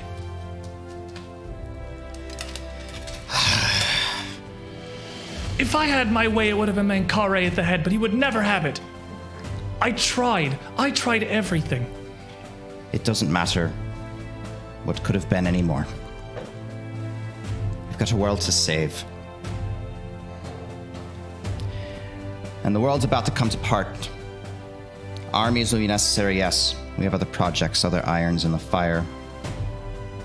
This won't end prettily. Nothing ever brought about by Regicide does. Then let me help you. Tell me what it is you intend. Tell me what you plan. What I'm you the need to leader. do We're is going to bring Mankare back. He was our strongest fighter, and he had actually just agreed to help us with Dick Hawk. And she hops down off the dais here. While Mankare lived, Promise would never go to war. Not even one to defend itself or the whole of the world. That was true as of 2 minutes ago when we convinced him with human emotions. He wouldn't have gone through with it. You've known Mankare for 10 minutes. I've known him for all my life. It doesn't matter what he would or wouldn't have done. All that matters is what's in front of us. Armies. Armies. Every person in this city is among the most capable warriors the world has ever seen.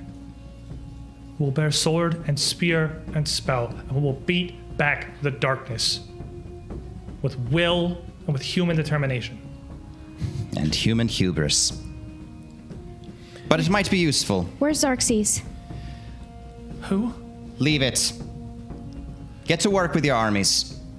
We'll get to work on our end too. We'll come together on it. Get the council together, I suppose. You'll have a great deal of work ahead of you. And know this, and I speak as a servant of Pharasma. These souls had a chance, and you condemned them to walk with her guidance. And know that when your time comes, you will walk alone. And a spectral trap comes up from underneath Esphus like a bear trap, slamming shut to drive the words home. And he disappears. It is there. It will end today's episode of The Age of Ashes. You always get the best last word. He does. He does. I was really tempted to retort, but I was like, no, I'm definitely just letting it happen. Yeah, no, that's really good. You can take that word. I mean, Pharasma always gets the last word. Hey, she does. She By does. definition. Seems that our days of subterfuge and promise are behind us. All that's left now is to find another way. Another way to stand against the Hawk. Save the goddamn world. That's what we do. You're gonna need a little more power for that. So welcome to level 20, everybody. What? I've never felt so inadequate at level 20. The cap of human potential. Before we go, last opportunity. Anyone wants to enter our dice giveaway very quickly, NF dice in the chat, all caps. We'll let you enter. Last chance before we pull one. It's the end of the show here. Each die will be imbued with a piece of Mankare's soul. You just got so many. I so badly wanted to just hand wave everything about the situation and just let the transposition work. Oh man, just put you in the bubble. I wanted to be in the bubble so bad. What did you need to succeed on a 51? A 19. That's rough, buddy. With a bless an 18. That's still pretty rough, buddy. If I had had my turn before Wanted that, it. I could have. If only. If only. There's a lot only. of. There are always if onlys at the table. Oh, I had a nullify ready to go. It's like, I don't have a reaction. There's a lot of if onlys here. I had We're that, gonna pull. I had that He didn't have his hero up when he had two and he spent them. So if there was one on the screen, I apologize. The res that didn't have one there, but I just missed that in the overlay. But go ahead. Let's pull us a winner. Let me see who's at least getting some cool dice today. Yeah. Yeah. Exciting. Yes. Yes. Please not Link. Wow. Link 14. Is it really? God damn it. Are you serious? He doesn't I'm deserve absolutely these. serious. Wow. You win the D8 roll, my friend. Link 1429. Yeah, there it is. There's Damn. Moobot with the post. Congratulations, Link. Congratulations. That was like We love you. impressive. You willed that into existence. You may not have been able to save Minkare, but you did give your arch nemesis a Wait, is that the issue? She said not Minkare, and then Thank you for It's all joining right. us. It's just that kind of night, man. Everybody, thank you for being here. Link, I'll message you. We'll see you next week. Twitch.tv/UTT show. Same time, same place. Enjoy the weekends, everyone.